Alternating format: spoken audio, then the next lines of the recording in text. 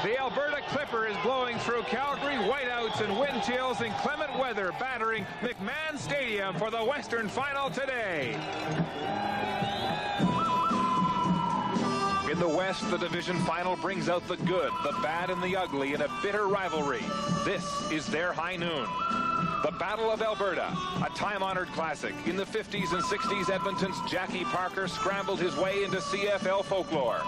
In the 70s, Peter Lisk was a matinee idol, shooting up defenses with his quick silver release. The 90s have brought last-minute drama. 2 years ago, Pee Wee Smith's 66-yard touchdown with 1 minute and 2 seconds to play gave Calgary a come-from-behind win. 1 year later, Doug Flutie drives the Stampeders 77 yards in the final 77 seconds. Losing a shoe in a dash to the goal line, the dying seconds of a 23-22 Calgary win. Losing like that 2 years in a row in such dramatic fashion, it's going to have a bit of an effect on you psychologically for a while. No question about that. And after last week's Western semifinal, you know, I couldn't sleep. I was so excited about getting back down here to Calgary to face Calgary again, just like we did last year, only just change those last 2 minutes. This year, the Eskimos have been redesigned to counter Doug Flutie. They have the upper hand. The gizmo is the only constant. Twice in 3 games, Edmonton has defeated a Calgary team that is rarely beaten. I think us losing to Edmonton twice gives them the psychological edge. We went up there at their house. They took it to us pretty good. We came out flat, and they really took advantage of us, and they're definitely the better club. Down here, we had the home field advantage, and we had a good game with them. So I think it's going to be a tough physical game, and I think it might come down to like last year, right down to the last seconds, and the better team's going to win. The Eskimos are peaking for the playoffs behind an unleashed Damon Allen. The pressure of getting Calgary into the Calgary Grey Cup is on Doug Flutie. It's the Battle of Alberta, 1 game from the Grey Cup.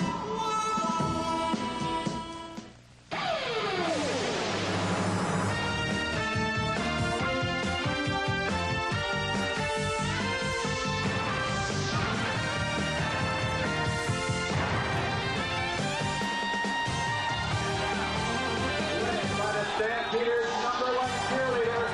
The four-arm shiver takes on a whole new meaning today in chilly Calgary. We are all bundled up in the midst of the first blizzard of the winter season here at McMahon Stadium. It's cold, it's snowy, the snow is blowing, but they've managed to plow off the football field, and we are as ready as we'll ever be for a football game in this Western Final. This, indeed, is the crossroads to the Grey Cup in the West, and Calgary and Edmonton are coming from 2 different directions. The Stampeders, no question, the consensus #1 team this year, but they are the underdogs today, and this is why. Stamps lost 2 of their last 3 games to end the season, and last week Doug Flutie had trouble with the cold and the wind here at McMahon Stadium in a 17-9 win over the BC Lions. That was the lowest Calgary offensive output of the season. The trend is also down, especially when you look at Doug Flutie's numbers against Edmonton. They declined from their win in Game 1 to 2 straight losses against the Eskimos. Now the trend for Edmonton is just the opposite. It's been a dramatic reversal of fortune from a team that was stumbling in the first half of the season to a team that has now won 6 games in a row, their last 3 by overwhelming margins. Damon Allen's revival as a quarterback is directly related. A play they call the Sally Rand, a naked bootleg named after the famous stripper of the 1930s, has showcased Damon Allen's running abilities. Suffice to say, as the quarterbacks go today, so go their teams. For their thoughts on this Western Final, now let's go up to the broadcast booth and welcome Chris Cuthbert and Dan Kepley. Thanks, Mark. Good afternoon, everybody. Kep, do you ever remember playing in conditions like this? Boy, do I ever. It was the 77 Grey Cup in Montreal. The end results wasn't that good for the Edmonton Eskimos. We got beat 41-6 by a team that Wally Bono, the coach of the Calgary Stampeders, played on. So footing and staple guns may be at a premium here this afternoon. Let's talk about some great matchups and a great matchup. The Edmonton Eskimos are one of the best rushing teams in the league. The Calgary Stampeders, #1 in rush defense. Lucius Floyd and Marvin Pope are going to lock horns a lot today. Well, they certainly will. Edmonton Eskimo knew that Lucius Floyd was a good pass receiver when they got him into the club, but he has really established himself as a premier running back in this league. And ever since the entry of Marvin Pope to the Calgary defense, he has just patrolled from tackle to tackle. Teams have not had very good success running the ball against this Calgary defense. It's interesting. You think Floyd was brought in with Calgary in mind, and you know Marvin Pope was brought in with the Edmonton Eskimos in mind. I don't know how much passing we're going to see today, but Dave Sapunjas against Don Wilson has been an intriguing matchup this year. Well, the Sponge has had a tough time against the Edmonton Eskimo defense. He's caught a lot of passes, just short, quick ones, and I think that will be tailor-made for what kind of passes have to be thrown today. Don Wilson, on the other fact, knows that his speed is going to be limited somewhat. He's going to have to get up really tight on these receivers and not give them very much room to move. Interesting day it's going to be. Calgary's won 16 consecutive home games. The last team to beat them here at McMahon on Labor Day '92, the Edmonton Eskimos. Mark? Chris Old Man Winter blows into Calgary with a vengeance. Here's our football forecast. It's -20 right now. The winds from the north at 24. It's supposed to get colder. The kickoff is next.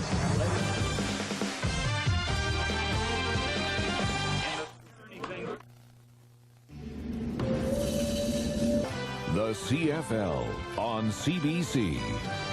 Defending champions, their arch rivals in the most trying of weather conditions, all the elements of a classic Western final. We're just about set to go at McMahon Stadium. Ron Lancaster's Eskimos have weathered their share of storms this season, but right into Calgary on a 6-game win streak. And Wally Buono's Stampeders have certainly enjoyed home cooking over the last couple of years. And the only team to beat Wally in a playoff game is Edmonton. We're underway as Sean Fleming kicks it deep. It's Derek Crawford. And he eases his way across the 40 and up to the 45-yard line. A 45-yard kickoff. Hopefully you'll bear with us today because it's tough to note the yardage lines here. They'll do their best to keep them clear as Doug Flutie heads onto the field. There are the numbers. Over 6,000 yards passing, 44 touchdowns. But last week, perhaps a better barometer of what we can expect from Flutie. 145 yards. Wasn't a great game, but he did have 83 yards rushing, Captain. It's crucial for Doug Flutie to get off to a fast start because once he gets out there, he runs a very clean, hard race. First down, play action. Flutie will throw, and he has an open man. Tony Stewart out of the backfield, and he's out of bounds at the 38-yard line. So a big play for the Stampeders to open the game. Let's set the Calgary offense for you with Andy McVeigh out of the U of T and Tony Stewart in the backfield. And that receiving core with 3,000-yard receivers. Dave Sapunjas, #1 in the CFL this year. Bruce Coverton, an all-star. So is Rocco Romano. And the aptly named Todd Storm at right guard. The Stamps acting as if there's nothing wrong with the weather. They've got 5 receivers in their set on 1st and 10. And they go to Tony Stewart again, trying to get outside. He's bumped out of bounds by Melvin Hunter and Larry Ruck. As we set the Edmonton Eskimo defense for you, it's a strange defensive alignment. 2-4-6. Goods and Woods are the down linemen. Hunter and Blue play up on the line. Ruck and Pless inside at linebacker. And they go with 6 defensive backs. All-stars, Rogers and Wilson, and a rookie on the corner, Morris Lawler, playing his first CFL game for the injured Ed Barry. Second down, almost a full 10 for Flutie. Rolling right. Nobody open. Flutie gets away from one. Still looking, and now throws the football away. Great coverage by the Eskimo D. Good coverage downfield. This field condition, obviously, it eliminates a lot of the speed and the finesse moves that you're going to see on some of these great quality receivers out there to the advantage of the defense. Good job by Benny Goods that time, who's had a tremendous season, 14 sacks this year, getting upfield, getting some good containment and some good heat on Doug Flutie early in this ball game. Mark McLaughlin comes in to try and open the scoring. This from about the 45 with a breeze at his back. Davies the snapper, Maroff the holder. And McLaughlin, and it hits the upright. Off the barn, a dead ball. And although he had the wind at his back, Pep, you could tell the footing was a little bit tentative. But the footing is going to be tentative. The ball itself is going to not travel like it normally does because this ball starts to absorb the cold and it gets like kicking a rock out there. And right off the corner of the upright and the crossbar. So it remains scoreless. A minute and a half in this Western final, and Damon Allen. And the Eskimos will scrimmage at their own 25-yard line with the CFL West leading rusher this year, Damon Allen, at the controls. Hands off to Lucius Floyd up the middle. Harold Hasselback and Marvin Pope combine on the tackle. As we check Damon's numbers, and kept great case of a quarterback who has improved with each game this year. Well, he really has. He's gotten to a point where he's become more comfortable with Adam Reedon's offense. He's become more confident in himself as a quarterback, and when he's got that kind of confidence and the comfortability that he does possess, it shows with the results of how he's playing as a quarterback. And Damon rushed for 95 yards last week against Saskatchewan, 2nd and 7 over the middle, and Ken Watson knocks it down. And quickly, Allen and the Eskimos are forced into a punting situation. Damon trying to hook up with his top receiver during the regular season, Eddie Brown. In the same case as Doug Flutie having to get off to a good quick start, Eddie Brown is one of those receivers. They need to get him early into the game, get him catching some passes, and getting him being the big play go-to guy very quickly at any start of this football game. Yep, I think it's important to establish early. Calgary has the wind right now, but Edmonton won the toss, deferred. They'll have the wind in the fourth quarter. Whether you're winning the game or losing the game, still give yourself the odds and the chances of have the win in the fourth quarter at all costs. This is Pee Wee Smith. One man to beat, and Pee Wee will go. There are no flags. Pee Wee Smith, touchdown, Calgary.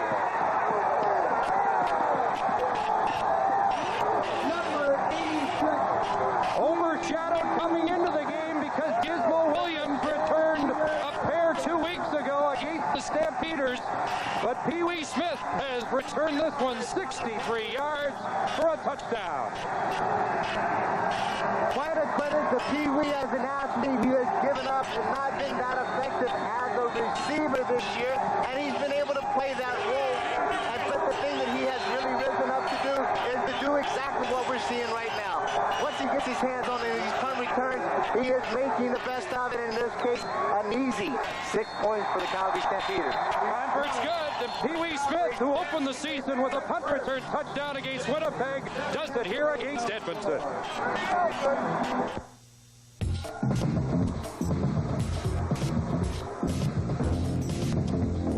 Interesting that the same pickups that overall carry the most powerful line of engines on the planet also carry the most safety features. Pee Wee Smith, good look at Pee Wee Smith there that we can see. Here's the chance that we're going to take a look at this punt return again and see exactly what happened. He flips on him, but just take a look at this area right in here where you'll see all the Edmonton Eskimos get clumped up together, and that allows Pee Wee. They're not in the lanes as far as being able to get in their lanes, cover the area. Pee Wee's only got to break the initial point of attack, and once he does that, he's running, and then he runs right past Glenn Harper, the punter itself, and he makes his punt return look very easy. Well, our video writer has frozen in the conditions, but here's Gizmo Williams, and he'd love to answer back today. Gizmo hauled down before he gets to the 50-yard line, and he will be a dangerous man on all kick returns this afternoon as we head down to the frozen tundra. And here's Mark Lee. Chris, I talked to a couple of Stampeders to see how this cold weather is affecting the football. They say it feels like a rock or a brick. It's solid and it's hard. Some of the players are wearing these gloves that have a tacky surface and gives them a little bit of insulation. But Doug Flutie is going barehanded. He told me earlier this week he tried the gloves in practice. He could throw deep and he could throw hard, but he lost his touch on the ball. So he's going barehanded, and we'll see how he does that way today. Ball at the 47 of Edmonton, and Damon Allen looking deep, first down, and a man open, but he couldn't hook up with Lucius Floyd out of the backfield. A mix-up in coverage in Calgary's secondary, and a man went down as well. Souls and Floyd. Lucius Floyd made his Eskimo debut against Calgary in Week 10. What a difference Jim Sandusky makes to this Eskimo offense. Eddie Brown with 15 touchdown passes, and an offensive line that scored very high marks last week against Saskatchewan. They really have gelled very tightly together in the past 4 or 5 weeks. The main thing is that they're as healthy as they have ever been all season long. All-star center Rod Connup snapping to Allen on 2nd and 10. The dump over the middle for Michael Souls, and he's met immediately by Alondra Johnson, short of a first down. Tenacious defense. These guys really fly around out there, and once they have a chance to hit you, they're going to hit you. They're going to hit you hard, and they're going to hit you often. Calgary with the number 2 defense in yards allowed this year. Edmonton number 1, and Glenn Harper back in. Glenn Harper in punt formation for the Eskimos. Again, a threesome. And from what we saw in the first punt return, it's advantage to the return man with the footing on the football field. Pee Wee Smith is actually the short man as Harper punts into the wind. And this will be Brian Wiggins from his 18.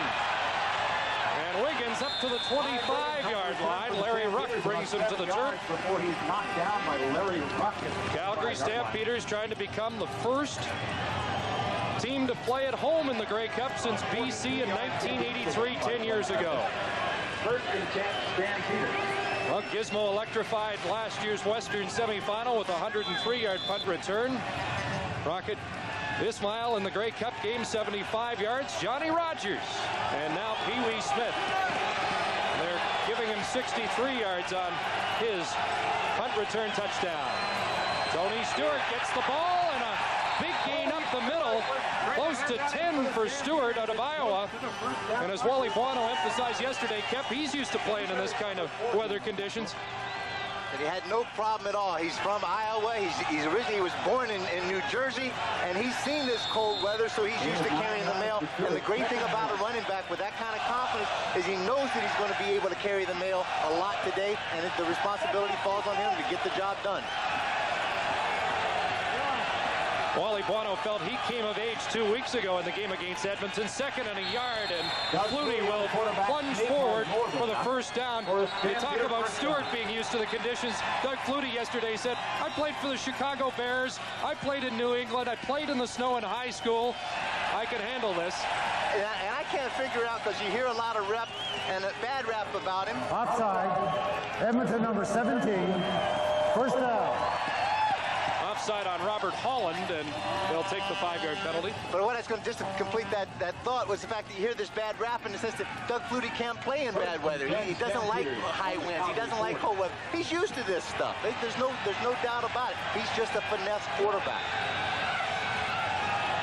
First down at the Calgary 40. They fake to Stewart, and now the heat on Flutie. Gets it away in the flat, and it one hops near the intended receiver, Wiggins. And it'll be 2nd down. Incomplete. The Calgary quarterback being pursued by Melvin Hunter, number 46. And Flutie conferring at the bench with John Hufnagel. He showed me a sheet yesterday with well over 200 plays, but he said, you know, I got 5 or 6 that I know I could hang my hat on in these conditions against Edmonton today. Every quarterback usually goes in. They have a ready sheet that is mind-boggling, the number of plays that are on the sheet, but the ones that actually fit the certain situations on the field are limited to 5 or 6 or 7 plays. Let's see what he calls on 2nd and 10. Everybody out of the backfield. Flutie, that's knocked down. Couldn't get over the oncoming rush as Tony Woods has words with Ken Moore. Big Woods out of Oklahoma. And there's the veteran Ken Moore, native of Lethbridge, Alberta. Doug Flutie, plenty of time to look downfield, but you can see that Tony Woods has got a real good push up and just drives Kenny Moore back. Gets up in his hands up, knocks that pass down. It's 7-0 Calgary, 8.5 minutes left, first quarter, and Tony Martino with the win. And Holland is knocked out of bounds. When we return, the Edmonton Eskimos will be on offense at Big Man. kind of nice to see a field where you can see the yard lines. Not the case here at McMahon, although they've been trying for the last 3 or 4 hours to keep the field clear. The snow's still blowing in. First down, Edmonton at their own 44, and the give is to Lucius Floyd. And not much up the middle. The ball carrier for the Eskimos. Harold Hasselback with the tackle, and he's a Western All-Star for the first time. Marvin Pope is already talking. And we set the Calgary defense for you. Hasselback and Johnson All-Stars. And that great linebacking core, Pope in the middle, Finley and Johnson. Another All-Star is Carl Anthony on the corner.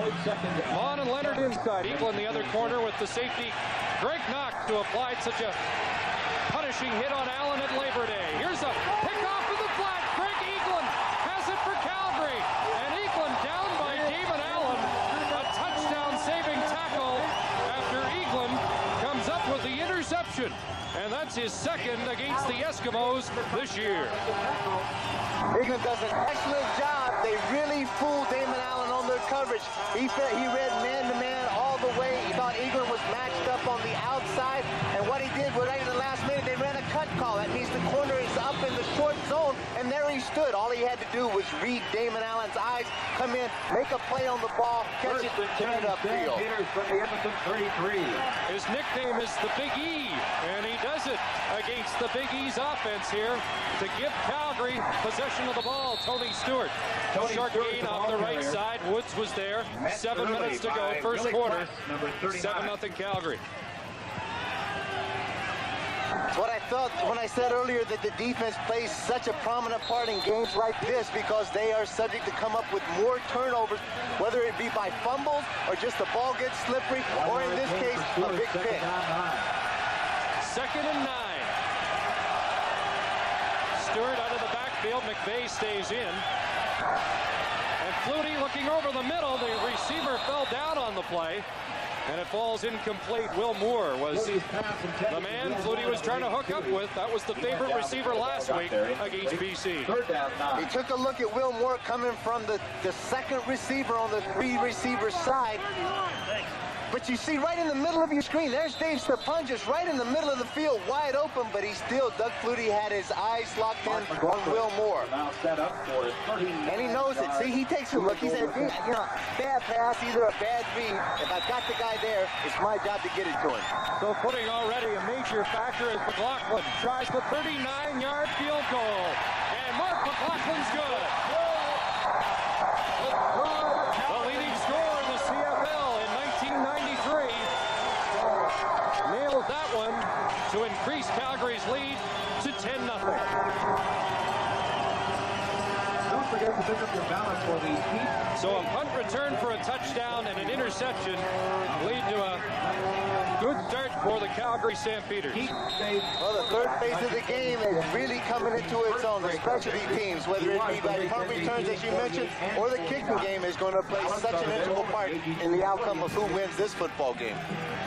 Dave Stepanges was saying yesterday, though, with these conditions, it's like you're on offense for 2 quarters and on defense for 2 quarters. So Calgary has to make the most of this time with the wind. Allen in trouble, and his pass in the flat is incomplete. And Michael Soule drilled out of bounds by Alondra Johnson. There are the numbers against Calgary this year in a couple of victories, but both wins were at Commonwealth Stadium for Ron Lancaster's Eskimos. Well, already the adjustments are being made. Glenn Rogers on the bench. Off the top, you can tell right now, that is one of the equipment managers with the Eskimos looking at Rogers. He has his feet spatted up. That means there's tape all over the bottom. So now he's figuring out he's only getting half of the traction and half of the surface on the field. So what they need to do is cut some of that tape off. Eskimos take too long, and they'll march it back 5. It'll be 2nd and 15. Edmonton number 9, still second down. Good, the father was home, no crew. Please report to maintenance immediately.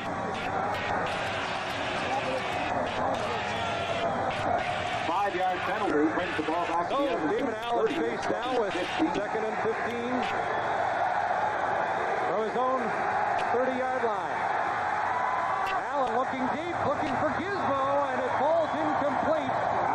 They felt they might be able to bring Gizmo loose on that kind of pattern this afternoon. Well, I think all of that was predicated on the fact that they were hoping to have a dry, clear field to be able to do it too.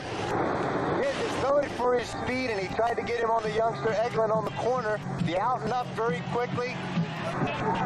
Gizmo had a step or two on Eglin, but at the point, Damon just could not plant that foot solid enough to establish to be able to throw the ball downfield 40 yards. Wiggins, Crawford, and Smith are back. As the all-star punter in the West, Glenn Harper, sets the kick downfield against the breeze. Pee-wee Smith calls off Wiggins.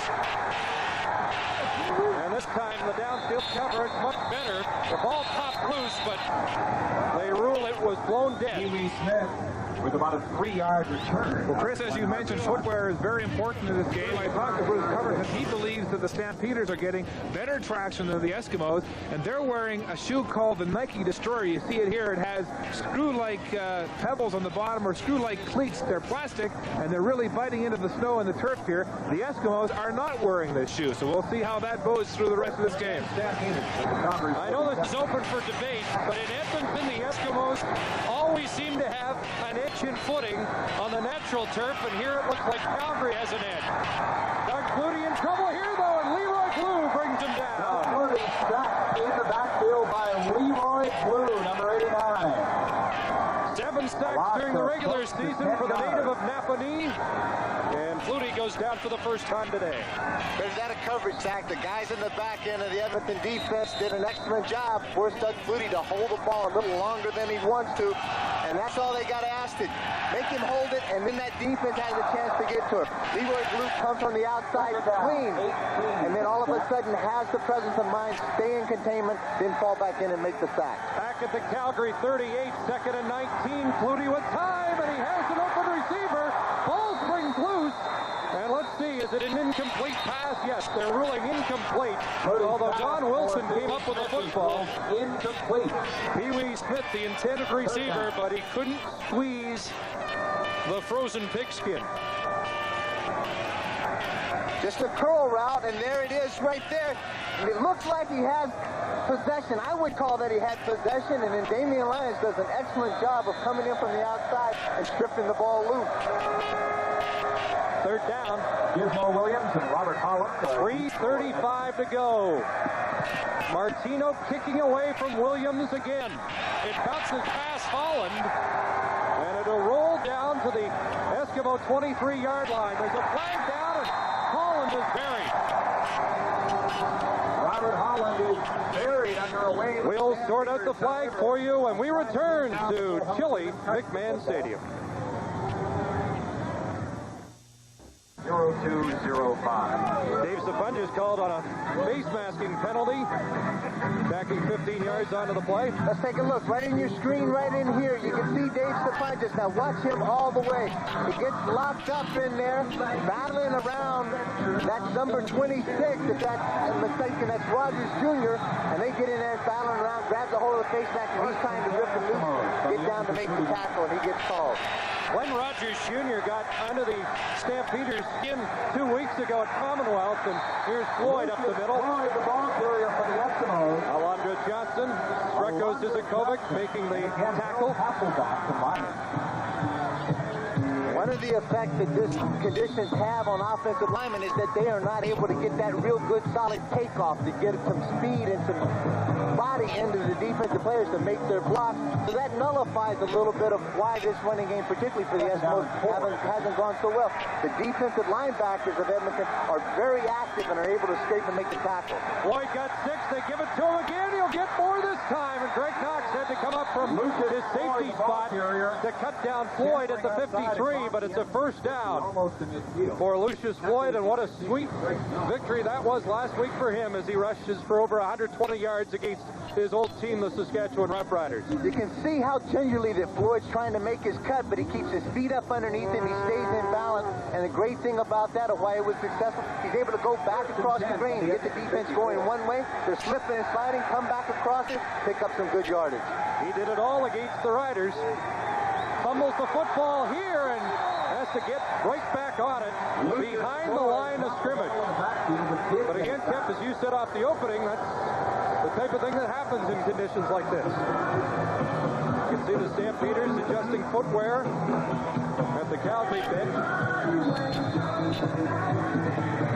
Straight handoff. It just looked like at that time Lucius Floyd couldn't make up his mind which way he was going to take it. Sometimes they basket cup their hands and take it straight away. Sometimes they get the right hand up in that case to make the crotch for the Damon Allen to slip the ball in. Nothing doing it. Just hit him on the elbow. They put it back at the original line of scrimmage. 2nd and 10 over the middle. There's a completion to Eddie Brown.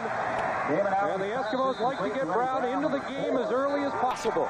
Eddie Brown right there with that kind of reception makes it look like the conditions have no effect on him whatsoever. Now a choice for Ron Lancaster. It's 3rd down, a yard or two. And it is on Calgary's side of midfield, so he's going to keep the offense out there. It's a good choice at this point. That just shows you the confidence in this offense to do something, keep it going, get the drive alive, take the first down. Their best defense against a guy like Doug Moody is to keep him on the sideline. Ball at the 46. It's 3rd and a yard and a half for Damon Allen. Allen on the keeper, and it looks like he's got it. I don't think that was a tough call for Ron Lancaster, but when we chatted last night with him, Cap, he admitted that there can be some tough decisions when the wind is blowing like this. If you know you're only going to get 20, 25 net yards in a punt, when do you gamble? Well, he's exactly that, and Ron Lancaster has known to be a gambler in some cases, but you have to be an intelligent gambler, and he's been around this league long enough that he knows when to roll the dice and when not to.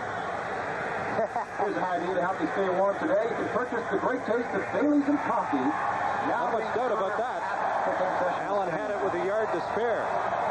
The tougher calls will be when you're at your own 45, 3rd and 1 or 3rd and 2. Wally Buono will likely be faced with decisions like that today as well. 20 seconds left, first quarter. Buono's team with a 10-0 lead. They've enjoyed the win in the opening 15 minutes.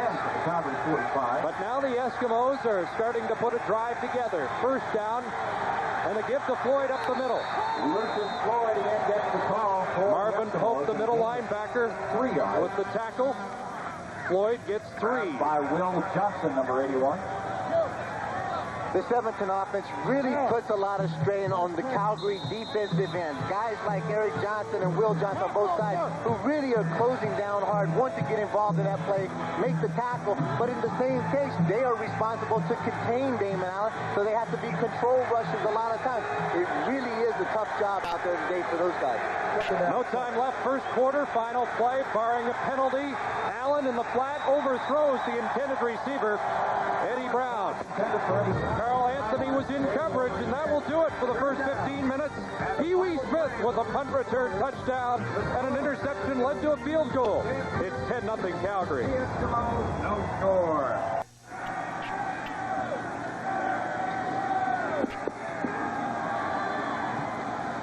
Game's on.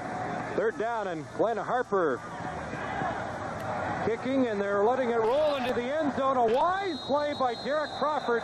Kept interesting strategy there. The Eskimos were perhaps in field goal range, elected to pin Calgary deep, but Crawford, a veteran, let it roll into the end zone and gave up a single. If you notice, right at the last minute, Crawford came over because Carl Anthony started to reach down to pick it up, and he waved him off very quickly, and alertly the ball kept rolling on and kept maybe just sliding on his side. That was a good intern, maybe, and he just slid past the hog line. Got in there. Now get away, get out of it, let it run. That almost hit somebody. Let it run all the way into the end zone. Now they give up the 1 point, and then it comes back out to the 35-yard line. Yeah, right on the button for Derek Crawford. 10-1. Eskimos on the board here. First play, second quarter. Flutie hands off Stewart, right side, and Benny good. Tony Stewart. Got him as soon as he hit the line of scrimmage. Goods, number 40, is there to meet him. Minimal Goods having an outstanding year, an all-star, and 14 sacks. Number 40 for Edmonton.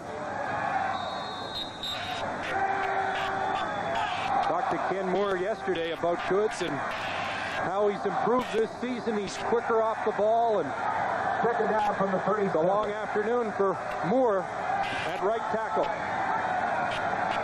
2nd and 8.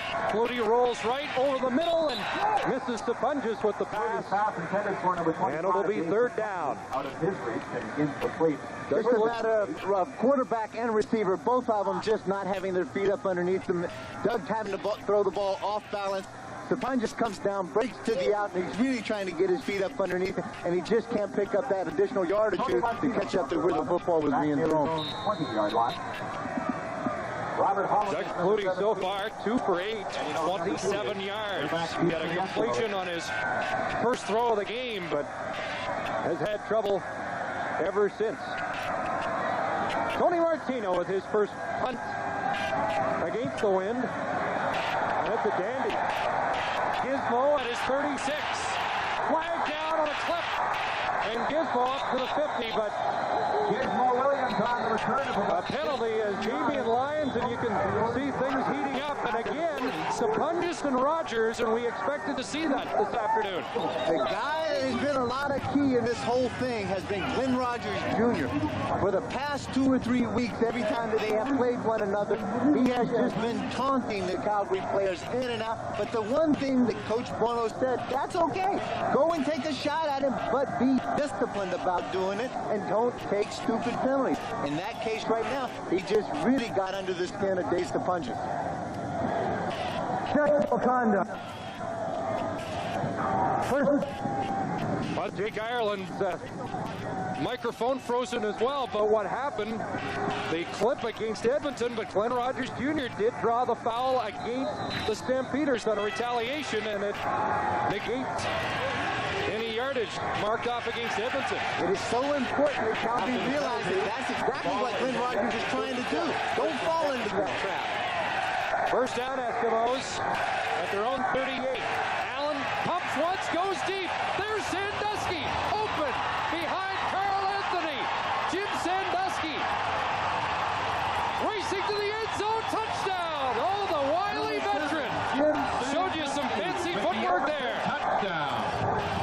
73 yards after run play. 73 yards, Allen to the veteran Sandusky. Shades of the November 7th game at Commonwealth Stadium.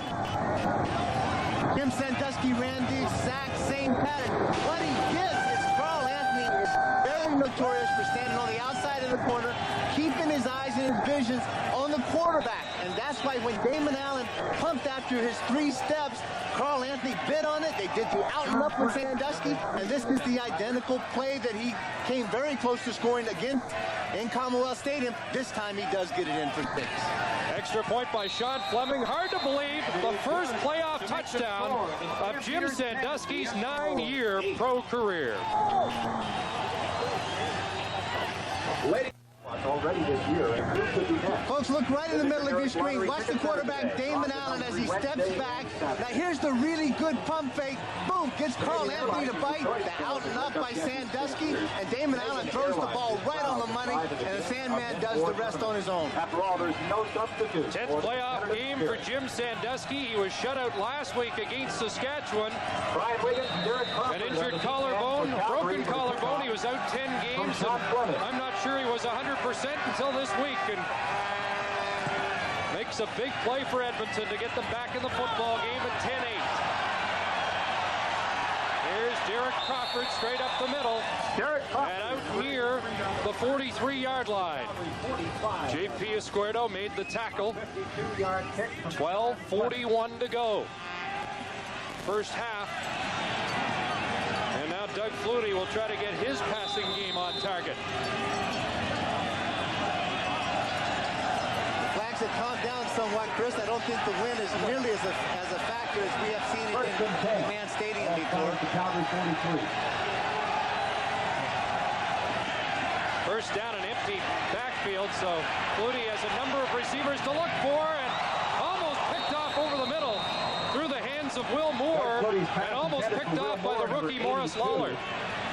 Also into the hands of Morris Lawler, number 25, but in the end... Lawler playing his first game, replacing Ed Berry, joined the Eskimos practice unit in September after a tryout with the Kansas City Chiefs. The advantage of that, like I said, he's been around the Eskimo defense and has knowledge of it for the past 6 or 7 weeks, so he is not coming in there completely ignorant to the fact of what's going on defensively.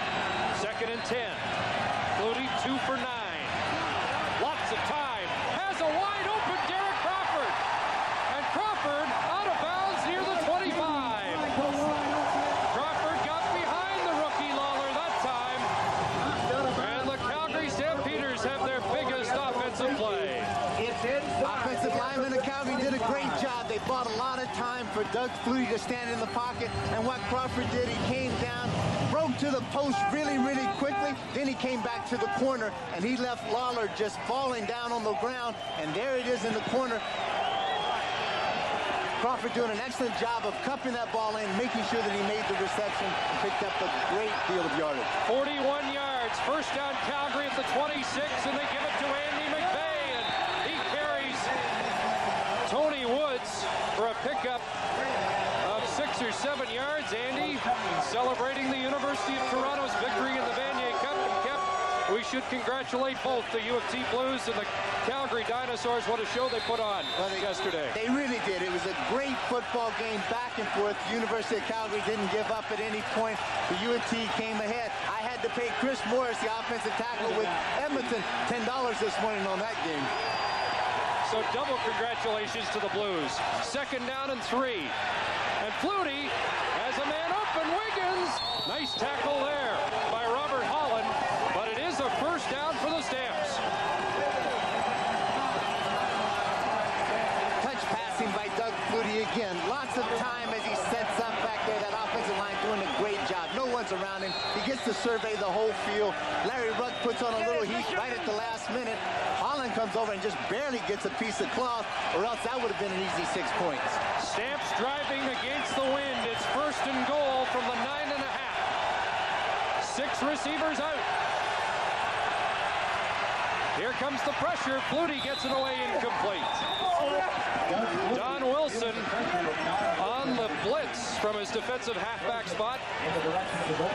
My opinion, Doug Flutie saw all that coming. He saw Don Wilson from the halfback coming in on a delayed blitz, getting right up in his face. And all Doug did, throw it downfield, throw it away. Don't throw it near anybody where you can not get a flag. And then all of a sudden, tee it up so you get 1 more snap. Pee-wee Smith out to the right side. Wiggins and Moore, and now 2 others in motion to the left. 2nd and goal. Flutie, a lane up the middle, now throws, and it's picked off. Picked off in the end zone by the safety, Dan Murphy. And the Eskimos come up with a critical turnover. I cannot believe that Doug Flutie chose to throw that ball. As he made his break up through the pocket, there was no one between him and the goal line. That's only 15 yards. At the last minute, he decides to rifle the ball. He comes up through the pocket, it's wide open, then he throws the ball late. Dan Murphy makes an excellent play on the ball, comes up with a big pick. The intended receiver was Crawford, but the safety out of Acadia makes the play.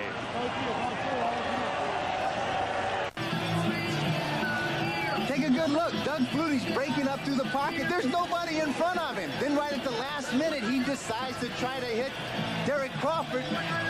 Here's what you pay sometimes. At the last minute, you're getting Errol Martin, the linebacker, coming in and taking a cheap shot on Doug Flutie. That's what we talked about. Ron Lancaster knows that discipline on his team is just as important as on the other side of the field. Here's a fumble, and Allen gets back on it. David Allen. Trouble with the exchange to Michael Souls. And the Eskimos will lose a couple. Very lucky with that. Damon knows it. He just takes a good look and trying to draw the defense upfield, and he looked downfield enough time, and then was going to turn and wheel at the last minute to make the handoff. Michael Souls has already made his break toward the line of scrimmage.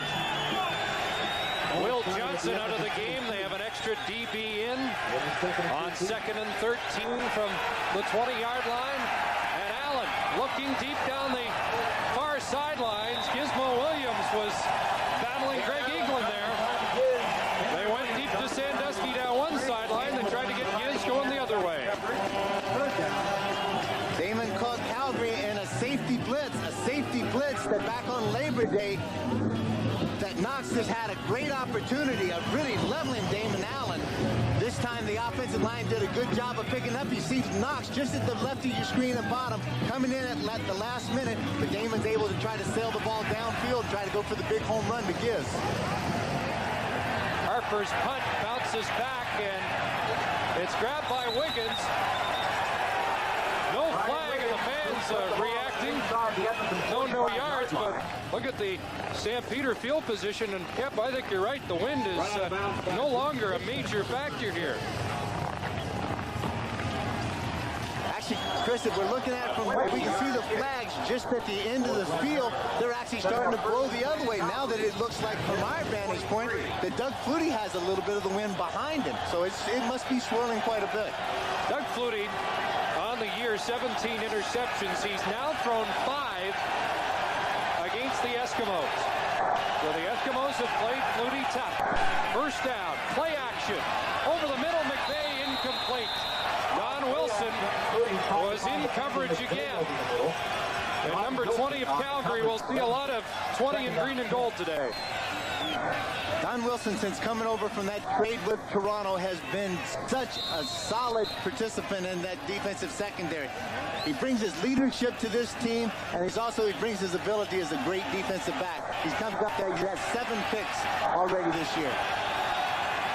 An all-star, they call a DB or sometimes a rover and sometimes a linebacker. 2nd and 10 for Flutie and the Stamps. Over the middle, there's a completion. And Will Moore hangs on. And he is near a first down at the 32.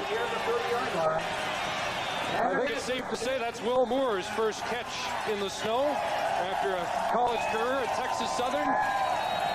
You saw Willie Plesh just in the middle. He was just a little slow reacting to that play as Will Moore came on the curl route. Doug Flutie's looking at him all the way, and then Doug Flutie, showing that he's got some zip and some life in that arm of his, was able to rifle the ball in for the completion.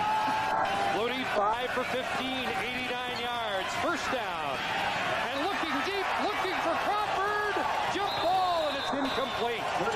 Lawler, the rookie, with help from the safety Dan Murphy, double teaming Derek Crawford. As well as newcomer Morris Lawler, number 25. Flutie getting his plays from John Hufnagel at the bench. Lawler doing an excellent job, and Crawford's got 3 or 4 steps on him, but all of a sudden out of nowhere, Dan Murphy, the safety, comes over, makes up a lot of ground, is able to come over and knock the ball loose. So they have challenged the rookie Lawler so far today. Wally Bono didn't expect to see him on the corner. Thought they might move him inside. 2nd and 10. Flutie, heat on. Pass for Moore, it's complete. Holland pushes him out of bounds, but Moore got to the yardstick and maybe had a couple of feet to spare. Doug Flutie just showing that great composure. Nothing is going to stir him. Nothing is going to rattle him. He looks downfield. He's surveying everything that he wants to do. A lot of heat coming from the backside, and at the last minute, there he finds Will Moore. Will does a great job looking the ball in, keeping his feet in bounds, picking up a first down, and keeping the Canes moving. At the 15, Moore, they say, has the best hands of the great Calgary receiving corps. 1st and 10. Flutie tries far side, has a completion, keeps the punches with Robert Holland in coverage. And it's close to another Calgary first down. With these kind of conditions, I just can't tell you what a great pitching catch that is. Doug Flutie has plenty of time as he looks the ball out there, but Stefanges makes the cut. He's got a guy on his back in Holland, putting the hand up in his face. He looks the ball in, cuts it away, makes a very secure reception. 1st and goal. Calgary knocking on the door at the Edmonton 5. Give to McVay, and Willie Plesh met him near the line of scrimmage. And McVay fell forward perhaps for a yard. Edmonton comes up with a lot of defensive formations against Calgary. This time Willie was lined up on the outside position, came scot-free and was able to hit McVeigh right in the middle of the backfield. They mark it at the 5, so no gain. Willie plus 6 times now an All-Star in his distinguished career. 2nd and goal from the 5. Flutie looking in the end zone for Moore, and he was in double coverage and can't come down with it. Murphy and Holland that time. And twice Calgary's been inside the 10. And once an interception, now they'll have to go for the field goal.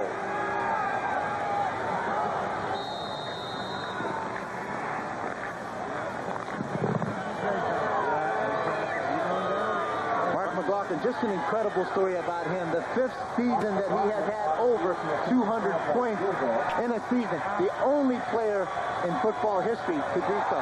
Maroff can't handle the snap. Frank Maroff hits and the ball comes loose. And Edmonton will have it. Back at the 15-yard line. Tony Woods comes up with it.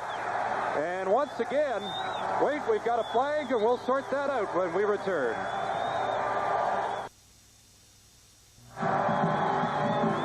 Being the holder is a thankless job at the best of times. In these conditions, it can be a very difficult one, and Frank Maroff found out on this play and kept that twice inside the 10, and Calgary comes away with no points. Something very uncharacteristic of this Calgary team. Anytime they've gotten inside the 30, 35-yard line, they come away with at least 3 points every time.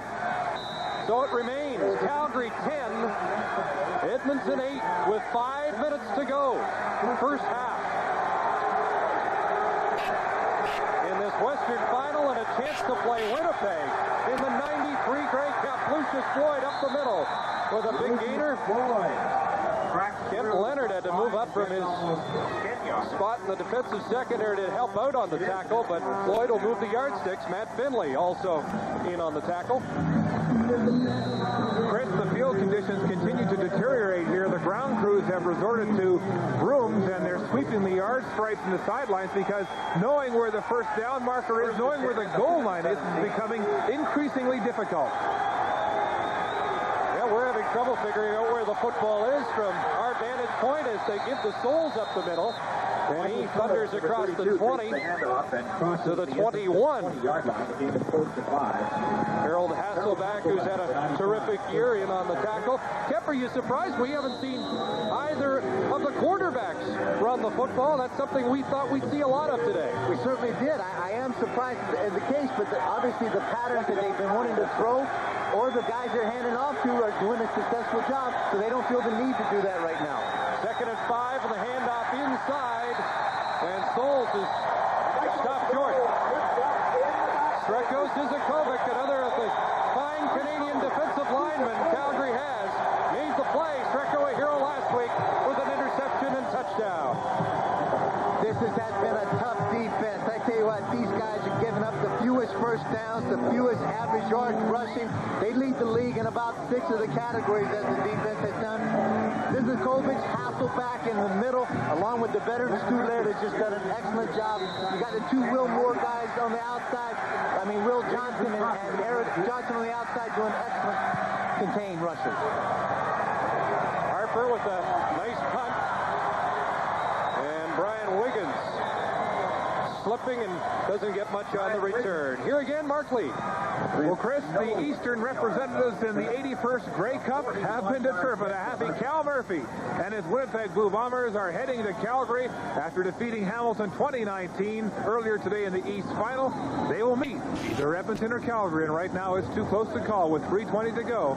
10-8 Calgary. So we'll have either a rematch of the 92 Grey Cup or the 1990 Grey Cup.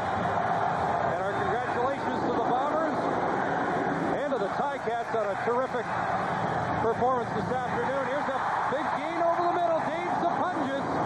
He's been battling Glenn Rogers Jr. this afternoon and catches that big pass in front of number 26 of the Eskimos. Timeout on the field.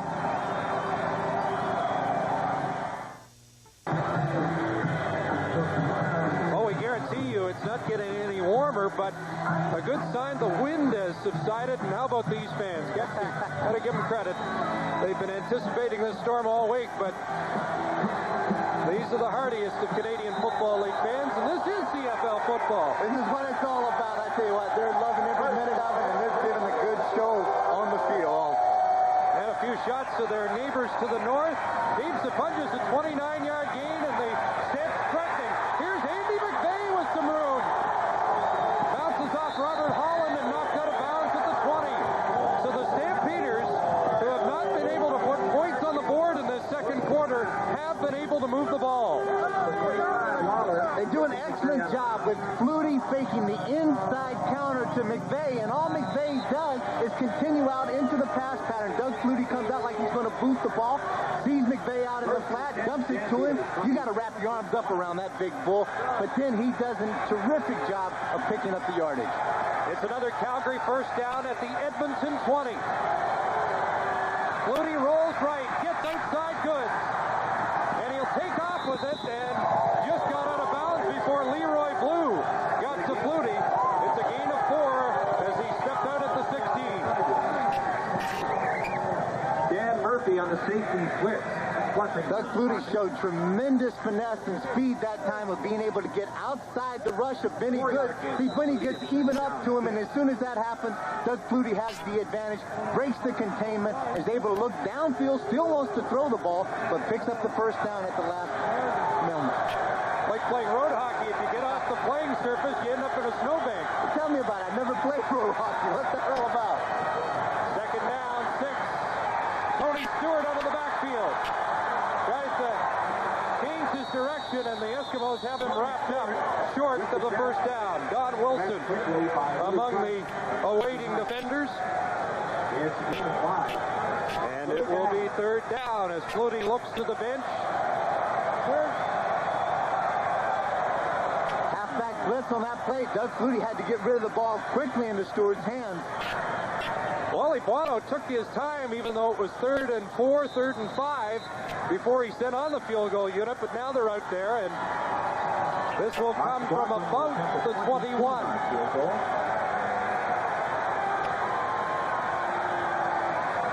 And Maroff will try to get the spot down for McLaughlin. Good spot. McLaughlin good.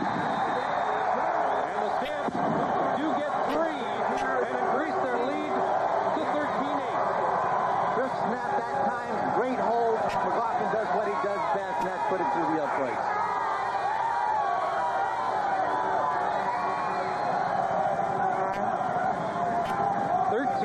And we weren't sure what kind of offense we would see today, but as the wind has tapered and the snow has tapered, and I think these teams have adjusted to the footing, I think we're going to see more offense second half. Well, it's unfortunate that the conditions are as such, because I don't really think that what we're seeing out there is indicative of the athletic caliber that these two teams really possess. They have tremendous, phenomenal athletes with great speed that can make circus catches and terrific tackles. But somehow today, you got to work on your mental game, where you got to work on your mental preparation, and you got to be disciplined in how you go about getting your job done today. Not so much reckless abandon as they have played with in the past. Dave Sapunjas doing some housekeeping for Mark McLaughlin. As the ball bounces to Gizmo at his 30. Henry Williams up to midfield. Fumbled the ball, but play whistle dead. Blair's Air ended up with the football. But Gizmo and the Eskimos get set to go on offense with 1:57 to go, first half. 13-8 Calgary. Gibbs does a good job of feeling the ball in the first hop, the short hop, and then sees the opening, and there's where that good burst of speed that Gibbs has been noted for comes into effect. Calgary closes it down, and Zerk comes up covering up the ball.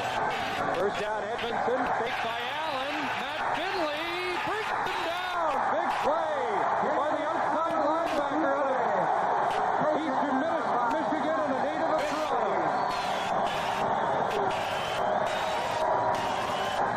Matt Finley, along with a couple of these other guys on the Calgary defense, one that had strong words about the Edmonton offense. They're taunting and basically their lip service they've been paying. Gets out there one-on-one against Damon Allen. But in any case, you may think that the quarterback would have the advantage. Matt Finley closed that distance very quickly and took Damon Allen down to the ground very easily. Loss of 3, 2nd and 13. Allen with time over the middle, and Eddie Brown got a hand on it, couldn't pull it down. Marvin Pope stepped over Brown and had a few words, and tell you what, that brought the fans to their feet at McMahon. It is. You're going to walk it, you better talk it, and the same thing. You're talking, you're going to walk and do it. Let your actions back up your words, and this is what the Calgary defense is doing today.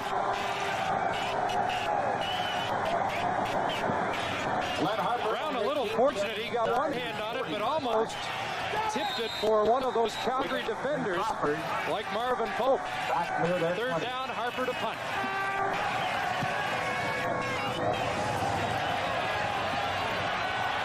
Brian Wiggins on the return. And he is out at about the 38-yard line of the Stampeders. 1:18 to go, first half. Well, Chris, coming up on Live at the Half, Scott Oak will report from Winnipeg on today's Eastern Final. Winnipeg's 20-19 win over the Hamilton Ticats. We'll also talk with General Manager and Head Coach Wally Buono of the Calgary Stampeders to get his comments on this interesting, the mouth is freezing up, first half of football here in Calgary. First and 10 Stampeders. Wally Buono's team beat Winnipeg twice this year. The Bombers beat Edmonton twice convincingly. Here's the handoff to Stewart up the middle, plus and Goods. Check that Larry Ruck on the tackle. Up near the 45-yard line. After a gain of 7 yards. And it'll be 2nd and 3 for the Stampeders. Just a little search play as far as what they do is they give it to Stewart early, let him look upfield, survey the situation, find the open spot, check a little team, and then make the best you can. Leroy Blue did an excellent job of coming from his wide side end, closing down very quickly to make the tackle, but not before Stewart had picked up significant yardage.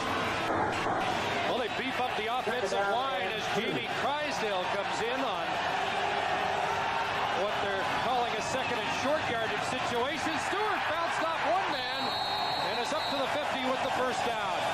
Lou Capazzo also came in to beef up that line. 53 seconds to go, first half. Terrific job by Stewart that time. As soon as he took the handoff, you watch him cup his arms around the ball. He's going to cover it up where nobody's going to get in it. He's not going to fumble it. Spins off. Poor tackling by the Eskimos, not wrapping up in that case. And that allows Stewart to keep his feet moving and pick up a big first down for the Calgary offense. Clock running. Flutie on a roll. Benny Goods got a hand on him, and then with defensive support, they get Flutie at the line of scrimmage.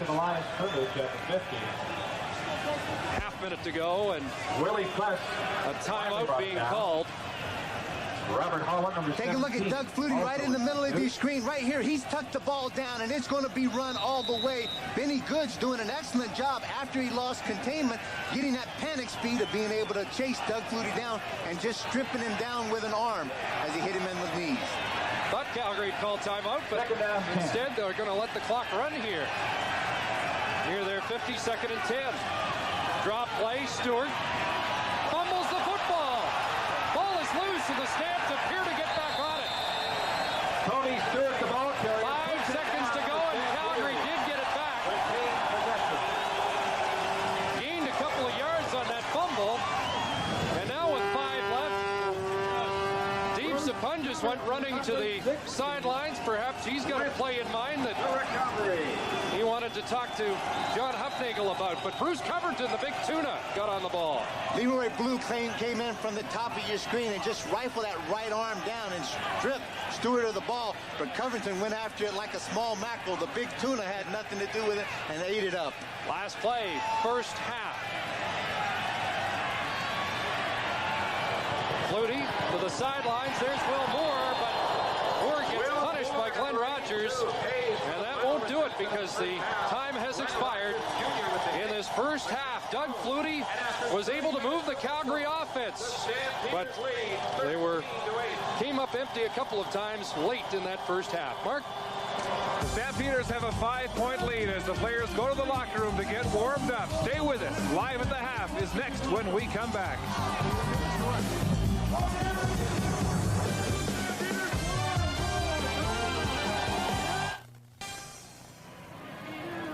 Welcome back to wind-chilled, snow-swept McMahon Stadium in Calgary, where the Stampeders lead the Eskimos 13-8 at the half. We're joined by General Manager and Head Coach Wally Buono of the Stampeders. Wally, you've got a 5-point lead, but it could be much bigger. Twice you were inside the 10-yard line and came away with nothing. Well, that's true, and we regret that, but we're happy with the 5-point lead. Our guys have played very well, and right now the conditions aren't ugly, but we're handling it as best as we can. Were you skeptical of the play calling down close, going to the air instead of trying to run the ball in? No, not at all. We have the plan to do both. Hopefully we were going to get a little more of our running game the first down, but we didn't. How are the conditions affecting your offense? Probably no more than their offense. The footing is quick right now, but again, the players are handling very well. All right, let's get warm. Thanks for your time. Wally Buono, head coach and general manager of the Calgary Stampeders, who have a 5-point lead over Edmonton at the half. Well, this team, but they'll have to kick it off to Calgary, who will get the ball first in the second half. Mark? Well, Chris, I'm standing down here in the north end of McMahon Stadium with a small but vocal group of Eskimo supporters. They tell me that those 19 busloads from Edmonton did not make it. These are the stragglers who left early and got into town in time before the snow and the squalls got too bad, but they were supposed to be about 300 Edmonton fans in this section of McMahon Stadium, and these fans are going to have to carry the tears for them. Chris? It sounds like they're doing a pretty good job. They're a hardy bunch also. All right, we're just about set for the second half of football in this 1993 Western Final. Last 10 meetings between these two teams, they've split right down the middle. Damon Allen, a Grey Cup hero in 1987, trying to get back there again, and Ron Lancaster hoping to coach his first Grey Cup winning team. They'll have to come from behind in the second half to get a shot at it. Between the two, I give the victory in the first half to Doug Flutie. I think he was very methodical about the way that he marched his offense up and down the field.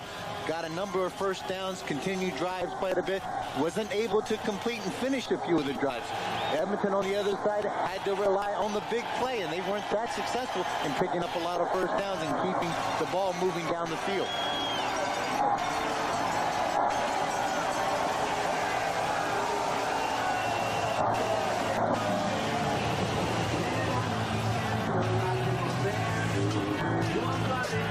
So we're now just about set as Sean Fleming puts the ball on the tee for the Edmonton Eskimos to kick off to the Stampeders to begin the second half. Garrett Crawford and Wiggins have dropped deep. Back around their own 25-yard line.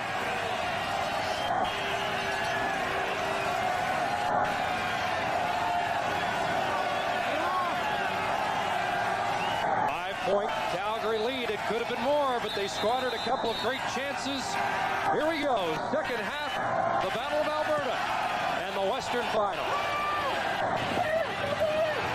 It's a live football. Crawford picks it up and has a short return up to the 45-yard line. Bruce Dixon led the surge downfield for the Eskimos, and here comes Doug Flutie. Let's see how he mixed it up in the first 30 minutes of play. Yard kick by Sean Fleming. Will Moore and Tony Stewart out of the backfield with 3 catches each. Dave Sapunjas hooked up for a couple, and Derek Crawford, they got him deep once, 41 yards. 5 receivers out. First down at the 45-yard line of the Calgary Stampeders. Out of the backfield, Stewart up across the 50, and he steps out at the 52. Pickup of 7, Willie Pless, the great linebacker, helped him out of bounds. Simple swing screen. All they wanted to do, the shotgun formation, dump it off to Stewart quickly, pull out Covington and Romano out in front of him, let him get some blocks down the field, get your shoulders turned upfield, get down there, and there's the good pursuit speed of Willie Pless, showing you what an active linebacker he is, making the tackle and pushing Stewart out of bounds. You can see how Doug Flutie favored the pass. Edmonton a more balanced attack first half, but the passing game was working for Flutie in the first half. Here, he fails to hit Tony Stewart out of the backfield on 2nd and 3, and it'll now be 3rd down Calgary, and Doug would like to have it back. He certainly would. He faked to Tony Stewart through the middle of the formation. Stewart, all he did was come down, break out to the flat. He had him wide open. Willie Pless was trailing about 6 yards behind, and Doug just threw the ball behind him. It wasn't a very good pass for Doug. Tony Gizmo Williams for Calgary. Will drop deep. Gizmo Williams, number 2, the deep man. Last year in the Western Final, they held him to just 3 yards returning, and they're kicking away from Giz again, although that's not a great kick. Goes past Holland. He retrieves it at the 36 and gets drilled at the 40-yard line. Alondra Johnson flying down there. Holland's back was turned, and he was open for a free shot. Well, what Martino was trying to do was angle it off to the right-hand side, and as he did angle it, it slid off to the right-hand side of his foot. Holland does an excellent job, great pursuit there, and then AJ comes in, Alondra Johnson takes him up around the head and says, "Get down, buddy." Just over the 40-yard line of the Eskimos, it's a first down, Edmonton. And Allen hands the ball off to Lucius Floyd, who burst through, and Kent Leonard seemed to have him wrapped up, but Greg Knox was needed to finish him off. For 9 yards. Nice pickup by Floyd, close to a first down. Greg Knox, number 8. Pickup of about 9.5. They're just going to be short. And a nice situation here. 2nd and a foot or so might give Allen the opportunity to go to the air with a free down. No, he'll just push forward and move the yardsticks. Allen on the quarterback keeper. We want to make sure of this play right there. Obviously, you could take it downtown and put yourself in that 3rd down situation, but then it gets to be a gamble again. That could be, because of the footing, the slippery, they're not as secure and steadfast as they would like to be in their mind.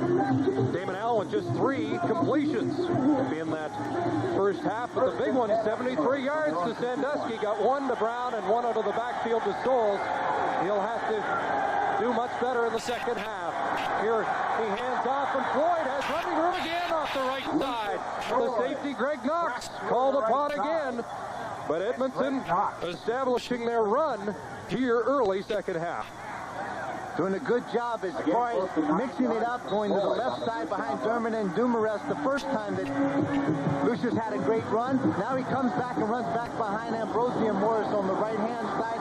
Again, it's just a search place where you give it to him deep, let him find the crease, and then he uses his speed to exert and get up into the hole. 9 for Floyd, 2nd and 1. Gives to Floyd again, and he's got another terrific gain, dragging them with him all the way down to the 36-yard line. Alondra Johnson, Marvin Pope on pile, but Floyd carried them for big yardage. Marvin Pope and Greg Knox. 2 different offensive teams that we've seen by Edmonton so far. They did not have any type of success like this in the first half, but for whatever reason, these guys have really risen to the challenge and got the ball and being able to make some super blocks, and Lucius Floyd is carrying the mail. First down, and they give it to Floyd again. Hasselback has him wrapped up this time. Floyd backed up. Stu Laird there, Johnson. Hasselback, number 95, led the defenders. But Harold Hasselback, enjoying his first All-Star year, closed the hole that time. Pickup of just 2 for Lucius Floyd. Hasselback has been just a mainstay for the Calgary defense.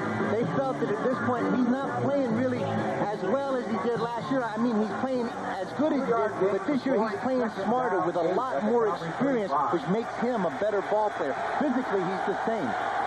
2nd and 8. Double pump by Allen, going deep. Sandusky touchdown. That's the play that worked in the first half, and they go back to it with success. They got Carl Anthony to bite on the pump again. Coach Lancaster felt so proud, and he was so enthused at the fact that they had Sandusky back and back at 100%, because what that gives them is another coach that's actually in the huddle. He has so much faith in his ability to know what's going on out there. He's one of the smartest players. It's the exact same pattern that we saw in the first half. He got Anthony to bite up on the three-step drop. Good pump fake by Damon Allen, and then a touch pass and let Sandusky run underneath it. Eskimos with their first lead of the day, and Sean Fleming to add the extra point. A 35-yard touchdown pass from Allen to Sandusky, and it's 15-13 Eskimos. Ladies and gentlemen, welcome back to your 1993 Calgary. Hey, hi BJ. All right. Just 3 touchdowns for Jim Sandusky during the regular season, cut short by a broken collarbone, but he has 2 touchdowns today. Excellent pump fake that time as a hitch fake by Damon Allen, and then one of the best at running routes. There's a guy that just does not get the kind of respect he should, because all of a sudden he's short, he's white, he's slow, he's not supposed to run and make big passes like that. The next thing you know, he's out there running by you. He looks a lot like Brian Kelly. Here's Derek Crawford. And good coverage by the Eskimos. Bruce Dixon again led the specialty teams downfield, and for the first time today, the Stamps find themselves down by 2, and Jim Sandusky's responsible for that. And he's working against an all-star in Carl Anthony on the corner.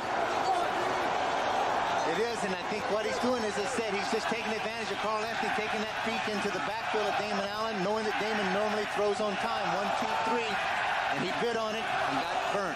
Stampeders with the 6-pack. Flutie throwing to Stewart. And Stewart is into Edmonton territory.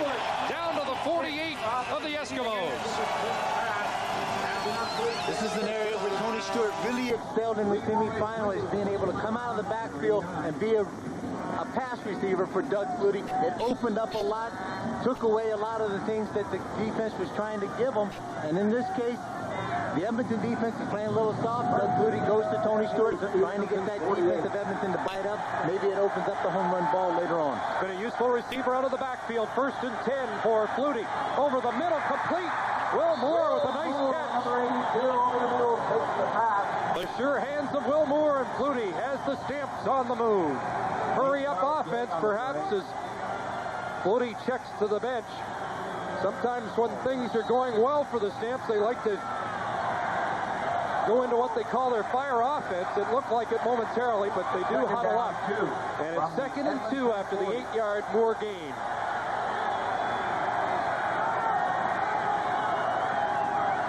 Hand off Stewart across the 35. Has a first down at the 33. Inside counter play, Stewart had plenty of room, just stumbled right at the line of scrimmage, was able to pick up about 4 or 5 yards. See, good blocking up front, and then right at the last minute, he gets his feet tied up as he starts to try to make the cut, and he stumbles over this turf. At the 33 of Edmonton, first down. Out of the shotgun. Plenty of time, and now Flutie on the move. Ruck is blocked and knocked down, and Flutie steps out. Larry Ruck had Flutie lined up, but was nailed, bringing the Calgary quarterback loose. Great coverage downfield. The secondary of Edmonton was excellent in picking up on their man. Doug Flutie took a look at this thing, trying to buy time. Now he comes to the scramble, shades of the semifinal, tucks the flat, gets a big block by Wiggins against Larry Ruck, and that really sprung him and enabled him to get outside. Gain of 9 for Flutie. It's 2nd and 1 from the 22 of Edmonton.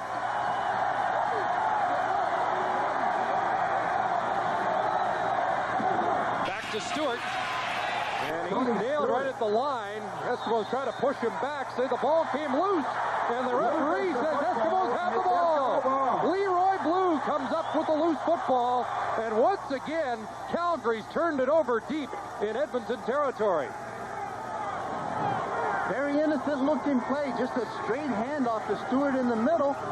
Edmonton getting off the ball very, very quickly. Good surge, he made contact with him, and the ball spun loose in the middle of the pile. Look right into the middle of your screen here. The ball right at the last minute as he's laying on the pile comes out, and it looks like Benny Goods was able to pull it out. It's Edmonton 1st and 10. At the 25, David Allen going home run ball. Andy Brown Just missed it.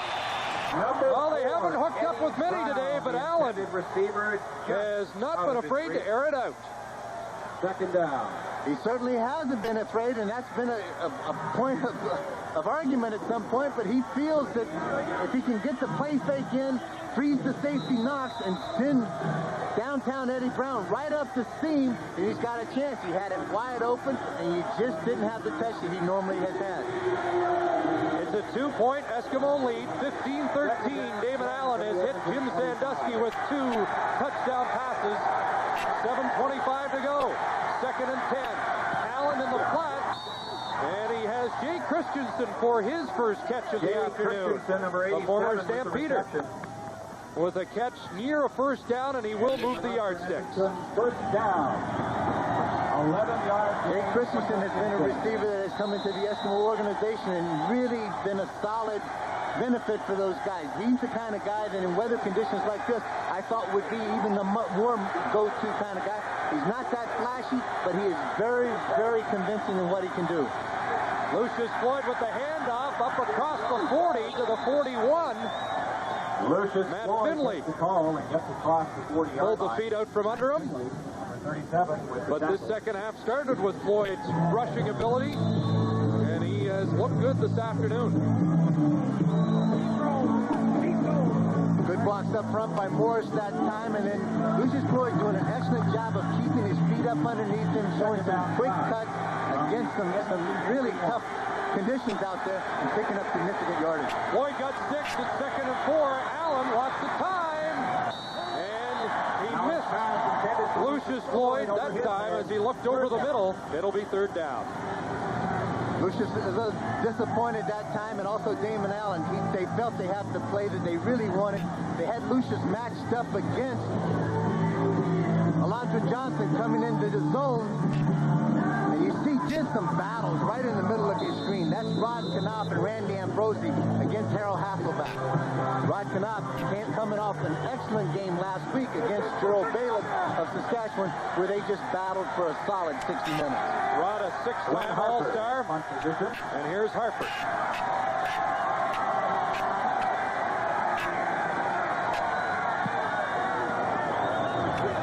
Derek Crawford. And great coverage by the Eskimos specialty team. Michelle Bourgeau and Dan Murphy led the way.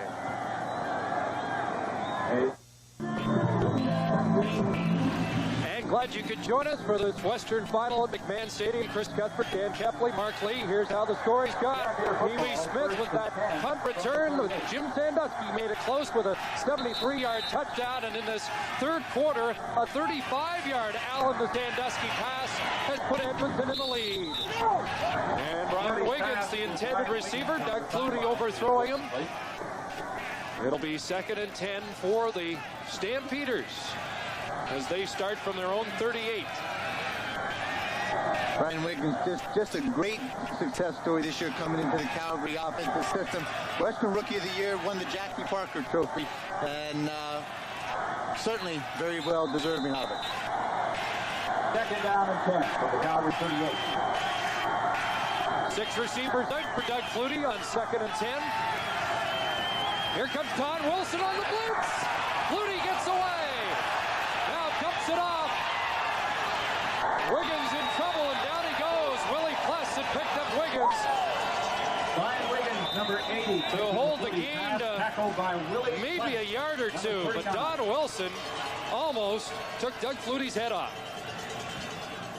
Don Wilson getting really excited coming from the left side of your screen. Let's take a good look at it.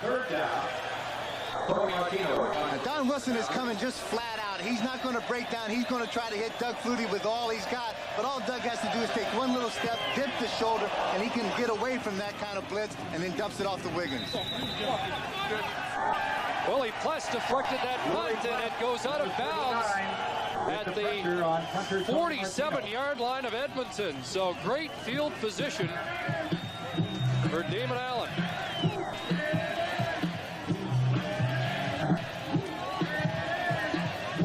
Yard punt for Tony Martino. Just a 25-yard Martino punt as Pless pressured. And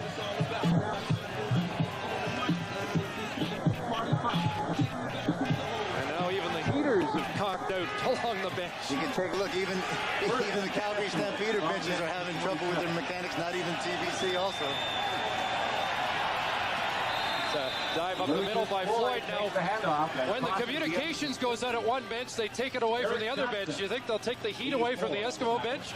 I think you got a better chance of taking the communication away. You got to take somebody's heat in this kind of weather. You're going to have to fight a serious fight. I don't think so. Eric Johnson with the tackle on Lucius Floyd there. Tell you what, Ron Lancaster's warmed up at the Eskimo bench. 4-yard gain for Floyd at 2nd and 6. Second down and 5. From the 51. Put any pressure on him. Now they do. And down he goes. Fumbled it out of bounds. Eskimos will maintain possession. Eric Johnson, once again, good series for him as he came across to nail Damon Allen. Excellent coverage in the Calgary secondary this time. Damon's looking. He wants to find a receiver open downfield, but nothing doing. Calgary just latching up on those receivers, staying right with them. And Eric Johnson comes from behind and strips the ball away from Damon Allen. Very fortunate that it went out of bounds on its own before a Calgary defender could touch it. 4:04 to go here in the third quarter. It's a 2-point Eskimo lead.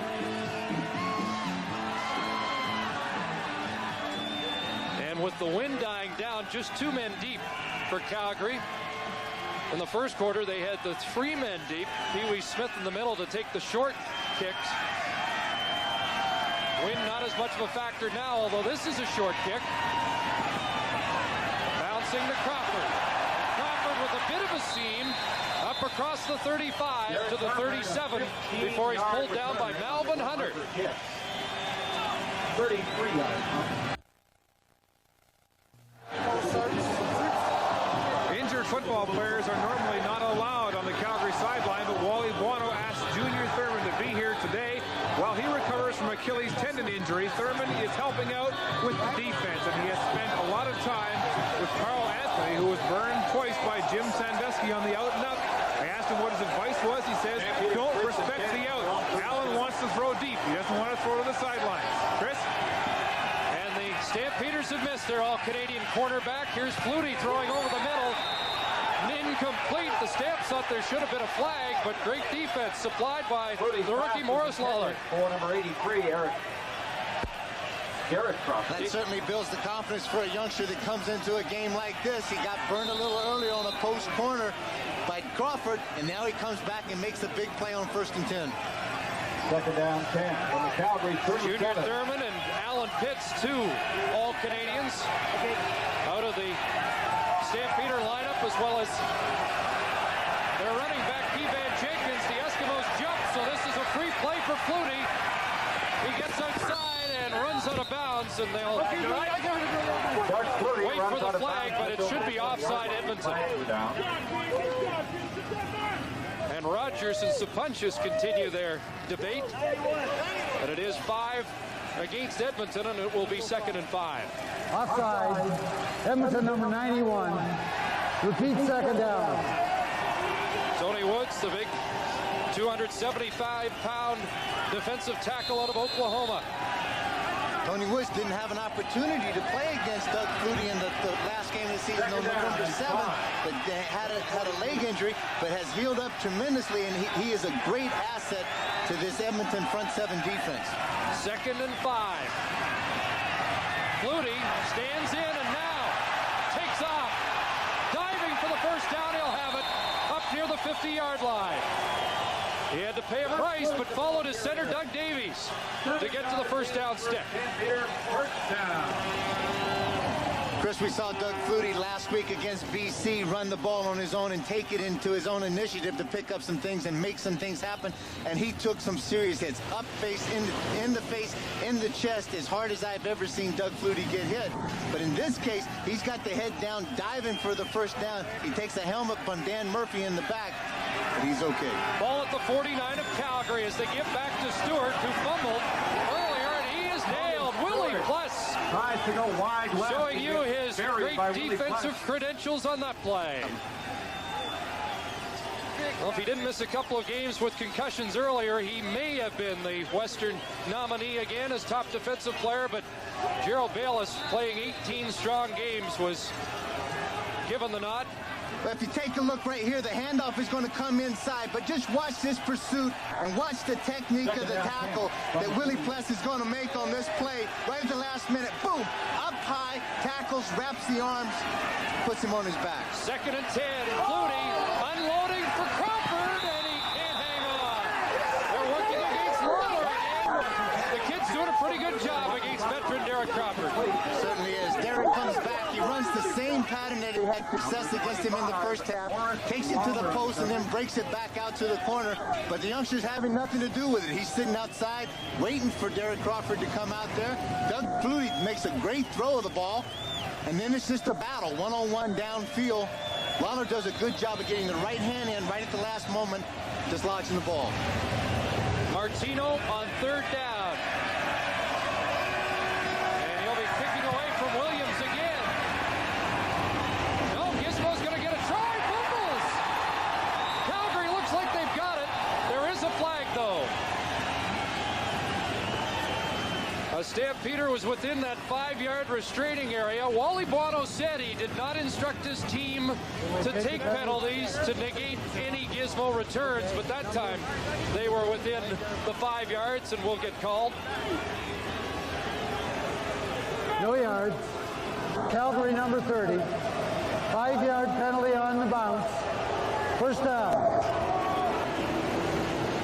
Well, the Winnipeg Blue Bombers, by virtue of their 1-point win over Hamilton Day in the Eastern Final, are going to the Grey Cup. And if you're planning to be in Calgary next week, don't miss the AGT Grey Cup Fun Fest from Wednesday afternoon until Sunday afternoon in the Roundup Center at Stampede Park. CBC Sports will be there along with all the great attractions to put you in the mood for the big game. Chris? Mark, it was Kent Leonard called on the no yards. It is the 15-yard penalty. And now they're calling it a 15-yard penalty. First they said 5 yards on the bounce, but actually the bounce came on the fumble by Gizmo. That's exactly right. Giz made a good choice that time as far as feeling the ball. He felt that the guy was within the boundaries, the no yards restriction, and then in his case, if he did fumble it, he knew that he was going to get the ball anyway. So it's up to the 45-yard line of Edmonton, and the crowd chanting for the defense in the final minute as Lucius Floyd up the left side of the line of Johnson wrestles him down. 38 seconds to go. Here in the 3rd quarter, 3-yard gain by Lucius Floyd. And you've got Marvin Pope in the middle, A.J. Johnson on one side, and Matt Finley as linebackers. These guys are so very active, and it is so hard to run wide against it. Their pursuit, their speed, and their technique limits people. If you're going to attack this Calgary defense, you got to go right at it. 2nd down and 7. Pressure on Allen, and he just threw it away in the grass. Stampeders want a penalty, but Allen alertly grounded the football, and it'll be 3rd down, but there will not be a grounding penalty. And there shouldn't be a grounding penalty because Lucius Floyd was the guy he was throwing to. It bounced about 3 or 4 yards short of him. The only penalty that they could have called, not a penalty, but they could have called the play dead of Damon Allen being in the grasp of Hasselback. So Wally Buono's team will have the ball as Harper puts away on what should be the final play of the 3rd quarter. Derek Crawford nailed at his own 30-yard line. Larry Ruck downfield, and that is three-quarter time here at McMahon Stadium. We're in for another dramatic finish. The visiting Edmonton Eskimos lead by 2.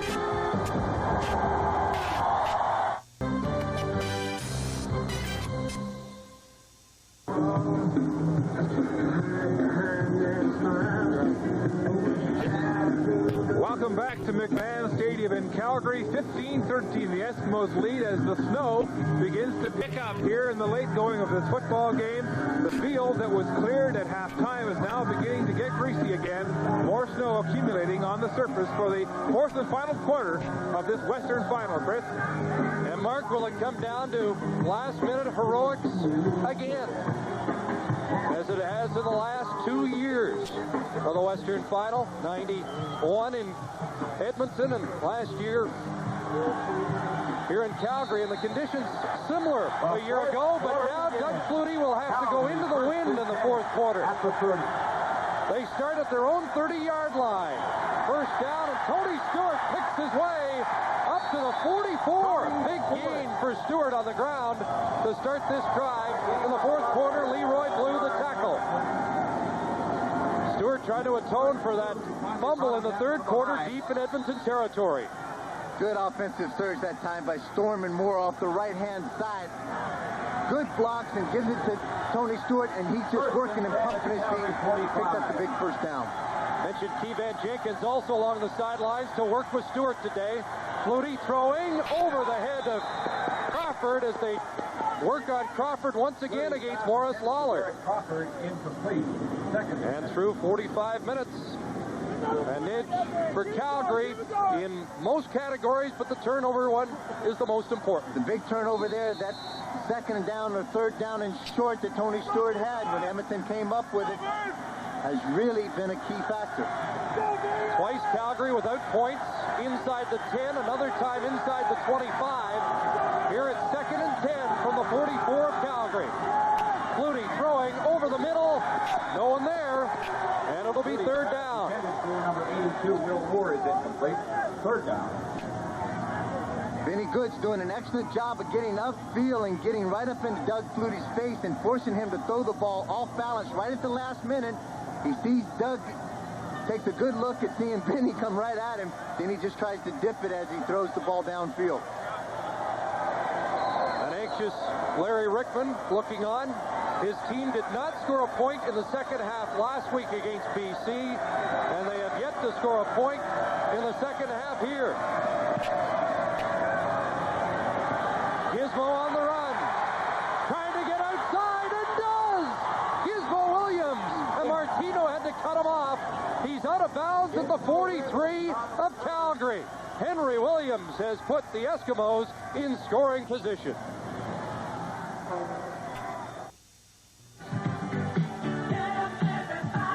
A 32-yard punt return by the greatest punt returner in CFL history, Gizmo Williams, on a 32-yard punt by Tony Martino. Take a look with Giz right here. Now, what he does so well is that he brings it up into here just a bit to draw the coverage team of Calgary. Then he breaks back to the outside. Just a quick little step up inside. Now he breaks to the outside again, and there he shows his great speed. He gets outside. Martino's got to come over right at the very last minute. Does a hook slide to run the Giz out of bounds. At the Calgary 43, first down. Give Lucius Floyd down inside the 40. Inside the Calgary 40. And he has a gain of close to 5 to the 38. Will Johnson. Will Johnson came on the tackle. As Floyd approaches 100 yards rushing, since Marvin Pope moved to the middle linebacker spot for Calgary 27 games ago, only 5 teams have rushed for 100 yards against the Stampeders, but Floyd is approaching those numbers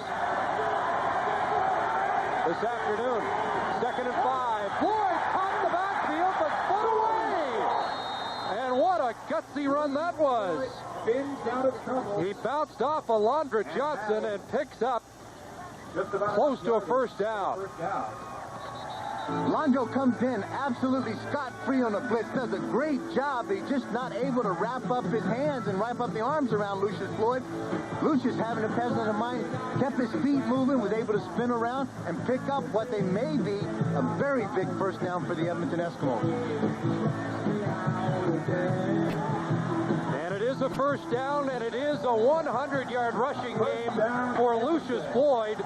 Exactly 100 on 22 carries.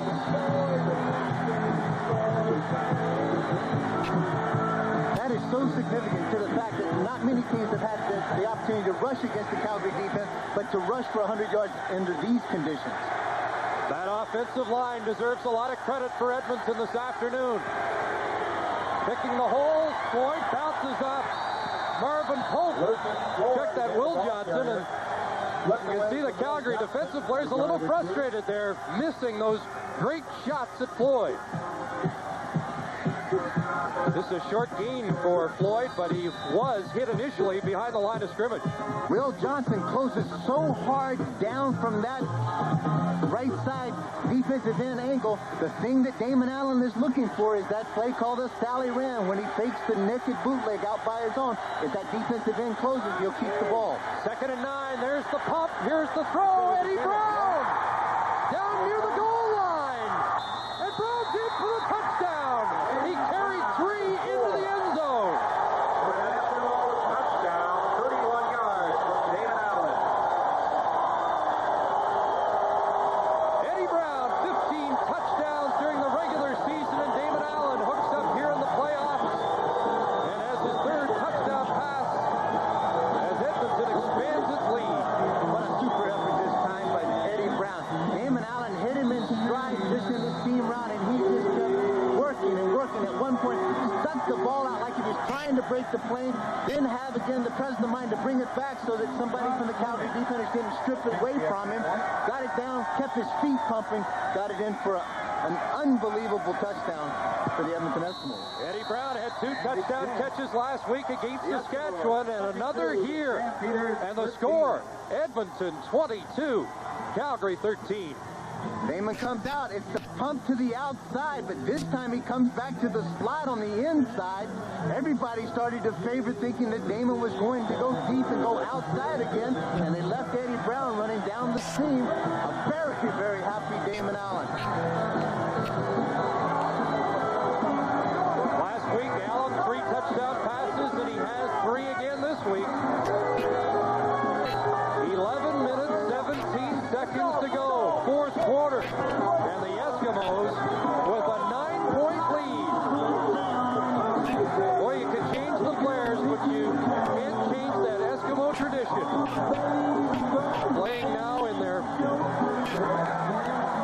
8th consecutive Western Final, 22 straight playoff years, and Wally Bono's team now in a big hole.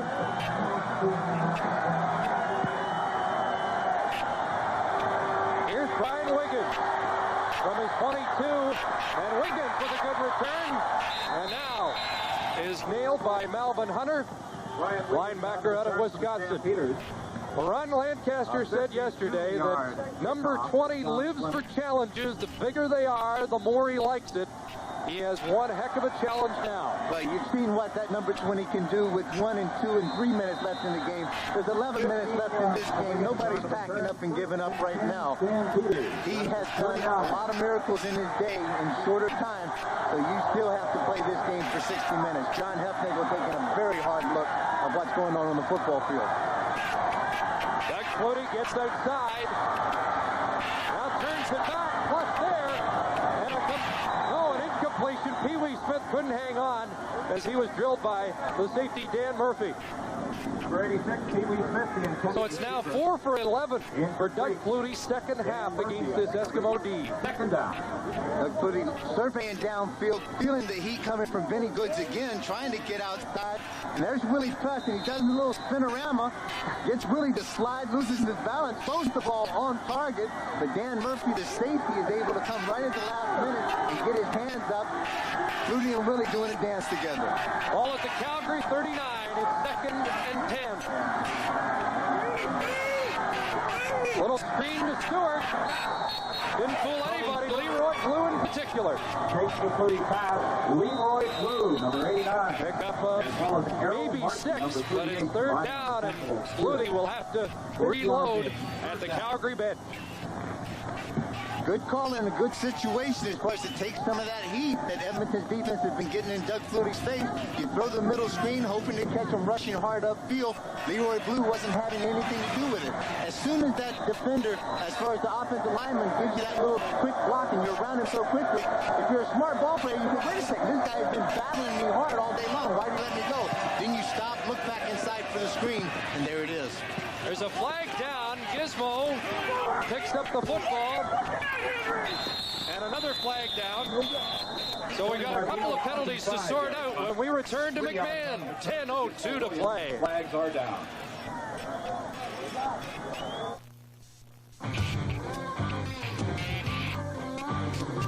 Looking for some action, some sweet distraction. Now go to the nobody's fool. Yeah, one-on-one, we're having some fun. We're playing by the home rules. Yeah, I'm a foot man. Just looking for some sweet fun. I'm a bud man, and this bud for me. It's a heated up run. Lancaster on the Eskimo bench. 2 penalties. One, his team had too many men on the field. The other was a 5-yard, no yards, but take the difference of the 2, and Calgary gets the football back on a first down. Just a complete lack of concentration on somebody on the Edmonton's part. Obviously, they got 13 men on the field somewhere.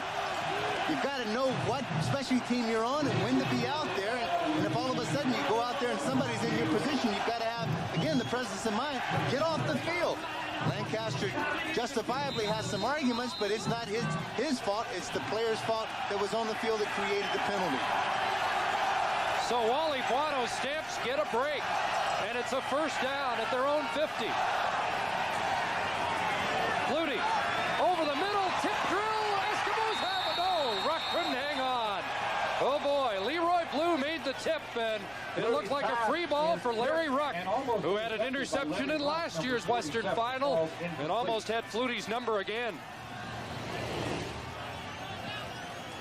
Larry Ruck, having taken over the middle linebacker spot in Edmonton from Danny Bass, has done a great job. Has a chance for the trip drill. The ball catches it right in the hands. He's not able to squeeze it. There was an offside. Calgary on the play declined, so it's 2nd and 10 from the Stamp 50. Halfback blitz. It's picked up. Flutie overthrows his man over the middle, Dave Sapungis. And again today, the Eskimos have been able to limit Sapungis' effectiveness over the middle. 7 catches, 57 yards in 3 games during the regular season. And Flutie and Sapungis have not been a big factor this afternoon. 2 catches, 40 yards for David. 9.5 minutes to go.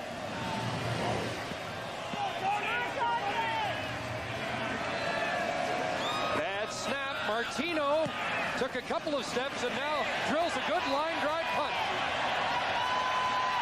Another flag on the bounce. They'll take the 5-yard penalty as Gizmo Williams fields the ball. Andy McVeigh was within the restraining area.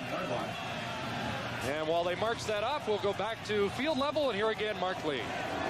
Well, Chris, the happy Winnipeg Blue Bombers are likely home, warm, and rested and watching this football game on TV, waiting to see who they will play in the 81st Grey Cup game next Sunday right here at Calgary. The 81st Grey Cup game coming to you on CBC at 6 Eastern from Calgary. The winner of this game will advance to meet Winnipeg. Warm, what's that?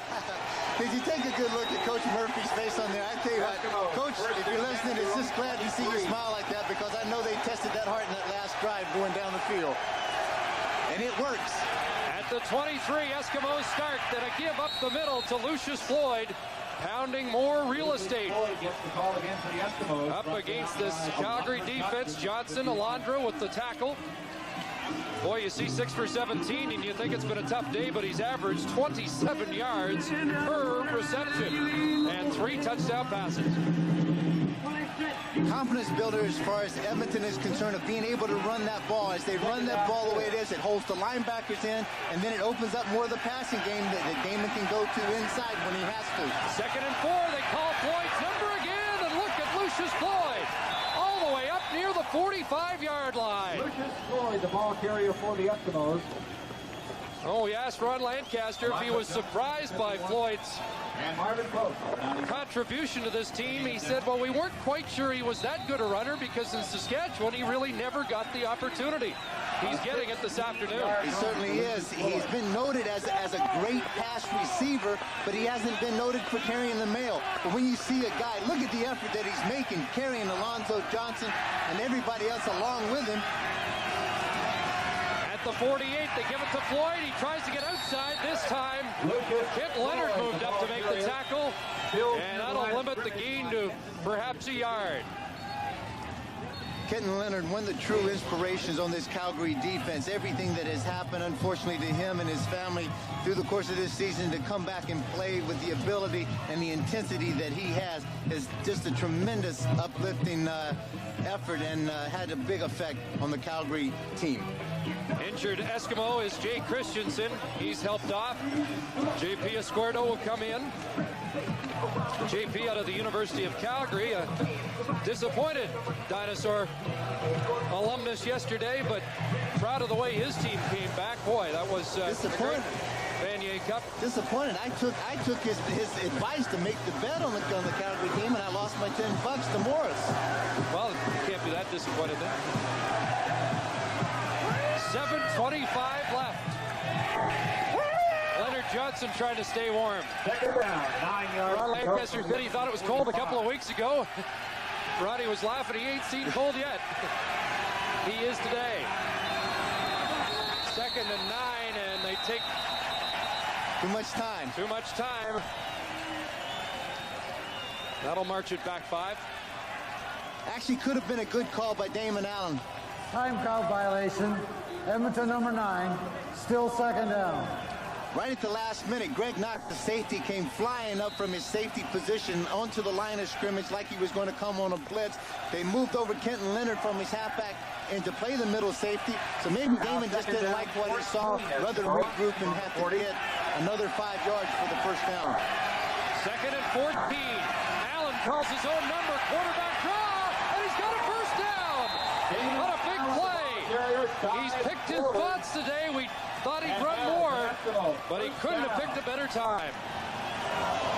Following Randy Ambrosi, the right guard. And that's a huge pickup into Calgary territory. Well, what a great effect the running of Lucius Floyd has had, because that opened that completely up. No one was expecting for Damon Allen to run the ball at that point in time because Lucius has had such great success. Clock running, 6:33 to go. At the 53 of Calgary, Floyd gets the call. He's down to the 47. Straight ahead running. Matt Finley on the tackle. As a gainer 5 or 6, Matt Finley in on the tackle. Allen finished 2nd to Michael Richardson in rushing this year, 5 yards shy of the great Winnipeg running back. And will he be matched up against Richardson next week in the Grey Cup game? 6-yard gain for Floyd, 2nd and 4. Clock ticking down to exactly 6 minutes to go. It's a 9-point Edmonton lead. Allen again calls his number and a flag goes down. Damon Allen, the ball. And we've got a little scrap. Flag is down. Way downfield. This penalty going against Edmonton, and like Lucius Floyd, way downfield. Check that JP Escuerdo and Kent Leonard. They went after the holding call against Edmonton on that quick quarterback draw by Damon Allen. Holding. Edmonton number 67. Repeat 2nd down. They called the center, Rod. Caught him. You don't see that very often. Right in the middle of your screen, he and Harold Hasselback.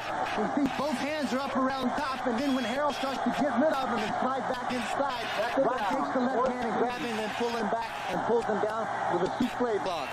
2nd down, 14. Allen Takes a look either side now. Throwing downfield. Wide open to Gizmo. Gizmo Williams inside the 20. And he got by Greg Eaglin. Henry Williams, number 2, with the reception. And the Eskimos starting to sense it with 5:20 left. 36 yards for Gizmo Williams.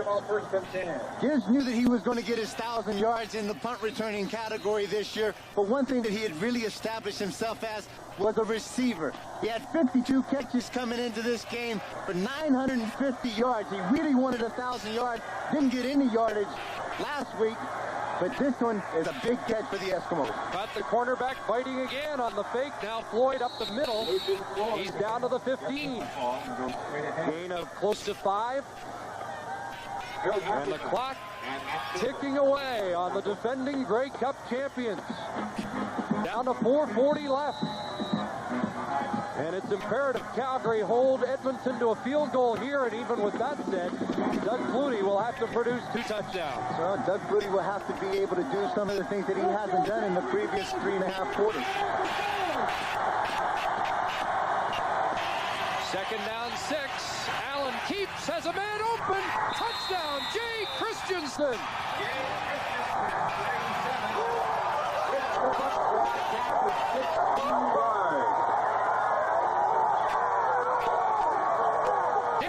With his 4th touchdown pass, and it doesn't look like they'll let Doug Flutie beat him in the final minute this time. This is a play off what you heard. Sally ran. The calls that Damon Allen has made. He takes the inside handoff, comes out on the naked bootleg, and what Jay Christensen does as the stopback, blocks down very quickly, fakes the block, and then comes right up the seam. Damon Allen's able to take a look at him and dump it off. Once we see a play, again on our replay, you'll see how well that works for the Edmonton Eskimos. It is now a 16-point lead. Calgary needs 2 touchdowns and 2 two-point converts. Now the green and gold colors being handled proudly today at McMahon Stadium. Here's Damon Allen's 4th touchdown pass of the game. Good fake inside. Now he wheels out on his Sally Rand, the naked bootleg all by himself. Jay Christensen comes straight down the field. Kenton Leonard, the halfback on that side, starts to buy it up as if he's going to come up and make the tackle on Damon Allen. Then he knows that he gets caught. A very happy Damon Allen along the sideline. Brian Wiggins with the football. He's taken down by Brian Walling, captain on the specialty teams for the Eskimos. By Brian Walling.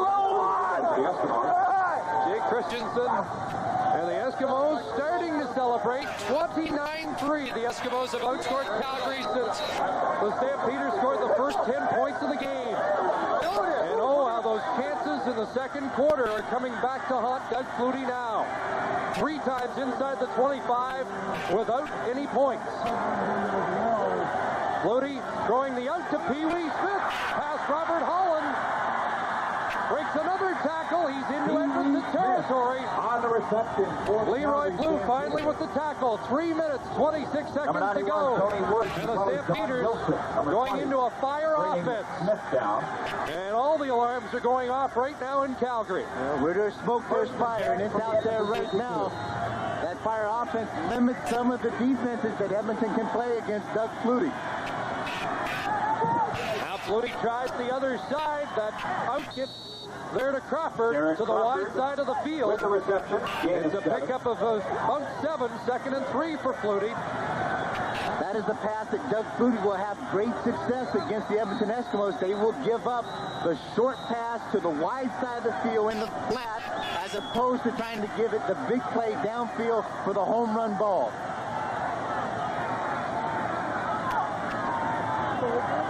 It's minus 21. It feels like minus 35, Chris. And it'll be a lot colder if Calgary can't pull this one out. Here's Flutie on 2nd and 3, and he is got enough for the first down before Willie Pless brings him down at the 40-yard line of Edmonton. 2:47 left. They have to score and then add the 2-point convert and do it as quickly as possible. Boy, boy, how many miracles has he pulled off, but this would be near the top of the list. Here comes the blitz. Flutie gets away, and now just unloads in the flat. Will Moore is there. Will Moore with the reception on the sideline. Completion for a couple of yards. We've got a flag down.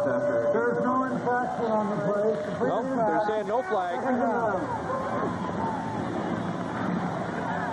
Dan Murphy, the safety of Edmonton, came up to the line of scrimmage right at the last minute and blitzed. Had Doug Flutie right in his sights. The one thing that a lot of these guys are doing when they're blitzing, they're coming out full speed, but they're not breaking down very much, being able just to grab a piece of cloth. You're not going to be able to knock a head off of Doug Flutie. All he has to do is give you a little Hole move, and it's goodbye. 2nd and 8. Here comes Don Wilson from the other side. They swing it out. Stewart wrapped up by Melvin Hunter. And it'll be 3rd down. And it may come down to this play. Larry Ruck, number 47, leading the Edmonton tacklers. It's 3rd down. Bigger than big. Bigger than big, Chris, right now. You give the ball to Edmonton now. You're not going to have enough time for 2 touchdowns. Clock running, under 2.5 to go. Wilson showing blitz. Here he comes. Flutie gets outside. He's wide open. He'll have the 1st down. Doug Flutie keeps it alive for Calgary. The ball carrier takes it to the 20-yard line. He's down to the 20. And he's slow to get up. 39. Flutie's okay as he gets some help from Pee Wee Smith. But Tony Stewart has limped to the bench. You had mentioned earlier, but right here as Doug Flutie comes out, this is Don Wilson is going to come from this angle here. But watch, he'll come inside. He'll come inside, makes the move inside. That allows Doug Flutie to break containment automatically, gets outside, takes it on his own, picks up the 1st down. Flutie calling an audible at the line. He's got 5 receivers out. Doug throwing over the middle. He's got a completion to Wiggins. Short gain of about 5 down near the 15-yard line. And again, the yard line's just about obliterated right now. And Stewart doesn't look like he can go on a tender ankle. Under 2 minutes to go. Calgary trying to cut into a 16-point Edmonton lead. 6 receivers out. 2nd and 5. Flutie on the draw play. Has the 1st down. Doug Flutie runs it again. Doug Flutie running the 1st down play, moving the yardsticks, but the clock is starting to tick down on him. What a competitor this guy is, Chris. You had mentioned sooner, the bigger the challenge, the more he likes it, and the more he wants to take it on his own shoulders, and he's doing exactly that right now. 1st down near the 10-yard line. Inside the 10, so they must score. Can't get another 1st down. Here's the throw, and it drops. Looked like a pick, and then looked like a catch off a deflection, but it falls incomplete. Melvin Hunter got a hand on it, and Todd Storm tries to bring it in. Native of Red Deer. Melvin Hunter's getting blocked off the line of scrimmage, gets his right hand up right at the last minute. Todd Storm being alert, tries to come up with the reception. 1:28 left. Watch the quarterback draw again.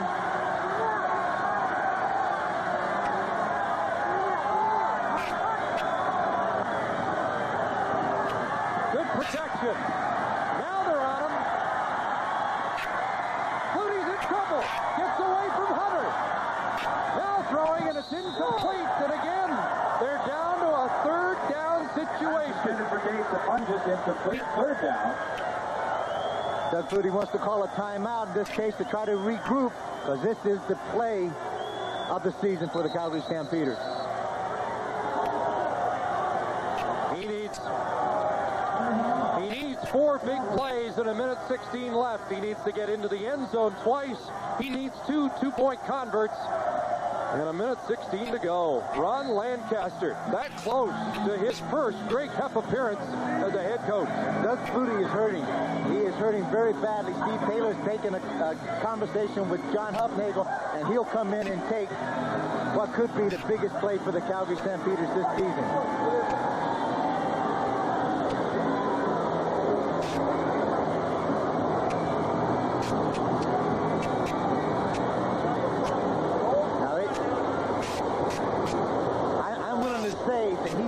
coming out to go over there to put his hands in the heater, to warm up his hands. I guarantee there is something much more serious wrong with Doug Flutie, unfortunately for Calgary. Here it is, third down, and Taylor coming in cold, throws it to flat, incomplete.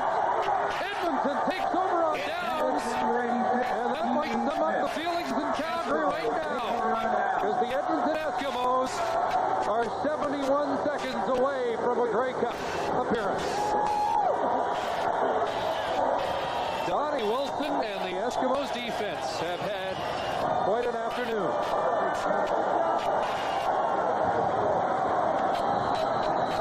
Think of a tougher situation for Steve Taylor to have to go in all of a sudden unexpectedly to come in and have to play that play and throw a pass with not even having warmed up or anything on the sideline.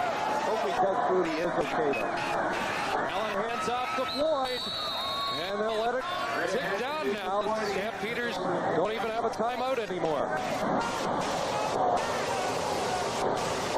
You just get so used to Doug Flutie pulling it off.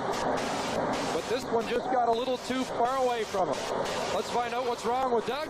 Here's Mark. Well, Chris, Doug Flutie was simply frozen to the bone. He just told me he couldn't talk. He couldn't even give the cadence, and he couldn't throw the football. The numbing cold here, minus 35 wind chill, finally forced him out of the game. He's still in a lot of pain trying to get his hands and the feeling back into his hands. Mark told us earlier that he elected not to use the heaters during the course of the game, felt that the shock of going from the heat to the cold would be worse, but maybe he wishes he spent a little more time near those heaters on the sidelines. Well, the coldness certainly has such a great effect on the quarterback when he handles the ball all the time. Everything comes down to the sensitivity that's in his hands, and if they're not feeling anything, it makes it very tough to be a touch quarterback like Doug Flutie is.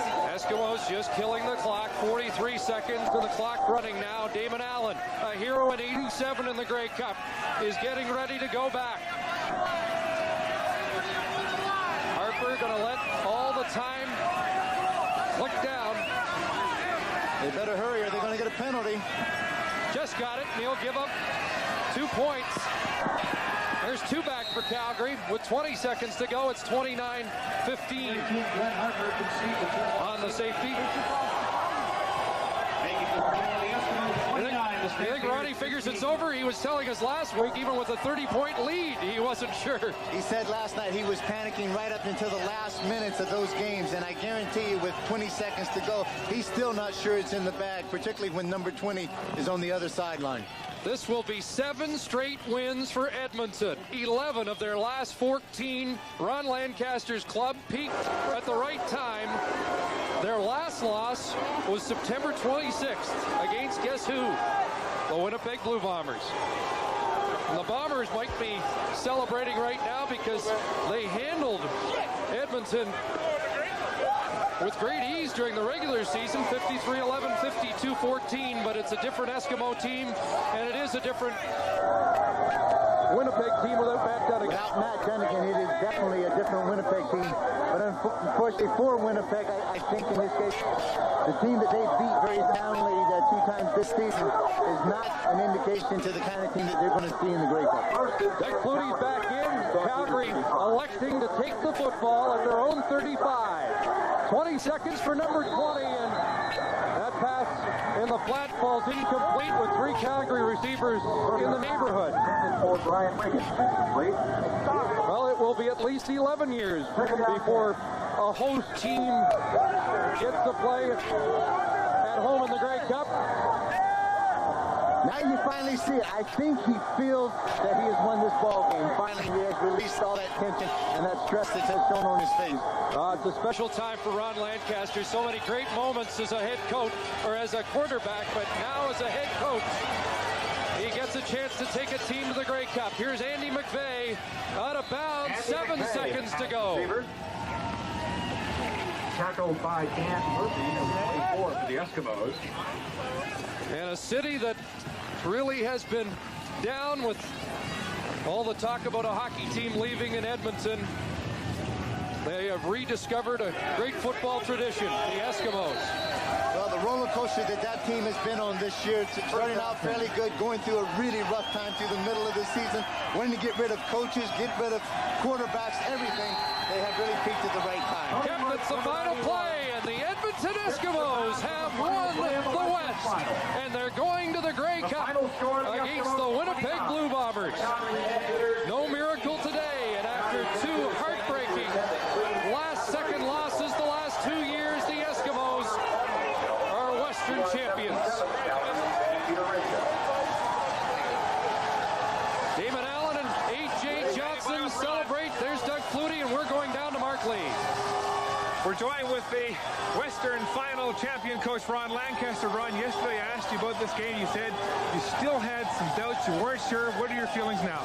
Ask Chris Cuthbert what I told him last night. I said we were going to win it. I said in June Calgary wouldn't win it, that we would get them this year. Why did you feel that way, Ron? Got a good football team. They're tough. I don't know. We win, that's all that matters. And your team peaked at the right time. 6 straight wins coming into this game where the trend showed Calgary was going in the opposite direction. I don't know about that. All I know is that if you take it one at a time, you have a chance. Ron, tell me about your personal feelings. In mid-season, there was speculation that proved about your job. Doesn't matter. If they want to fire me, they could have done it then. I like these guys. I'll go to war with them. Feel a lot better now. You bet. Congratulations, Ron. Thank you. Ron Lancaster, head coach of the Edmonton Eskimos, as they defeat the Calgary Stampeders 29-15. They're going to the Grey Cup. They will meet the Winnipeg Blue Bombers right here in Calgary.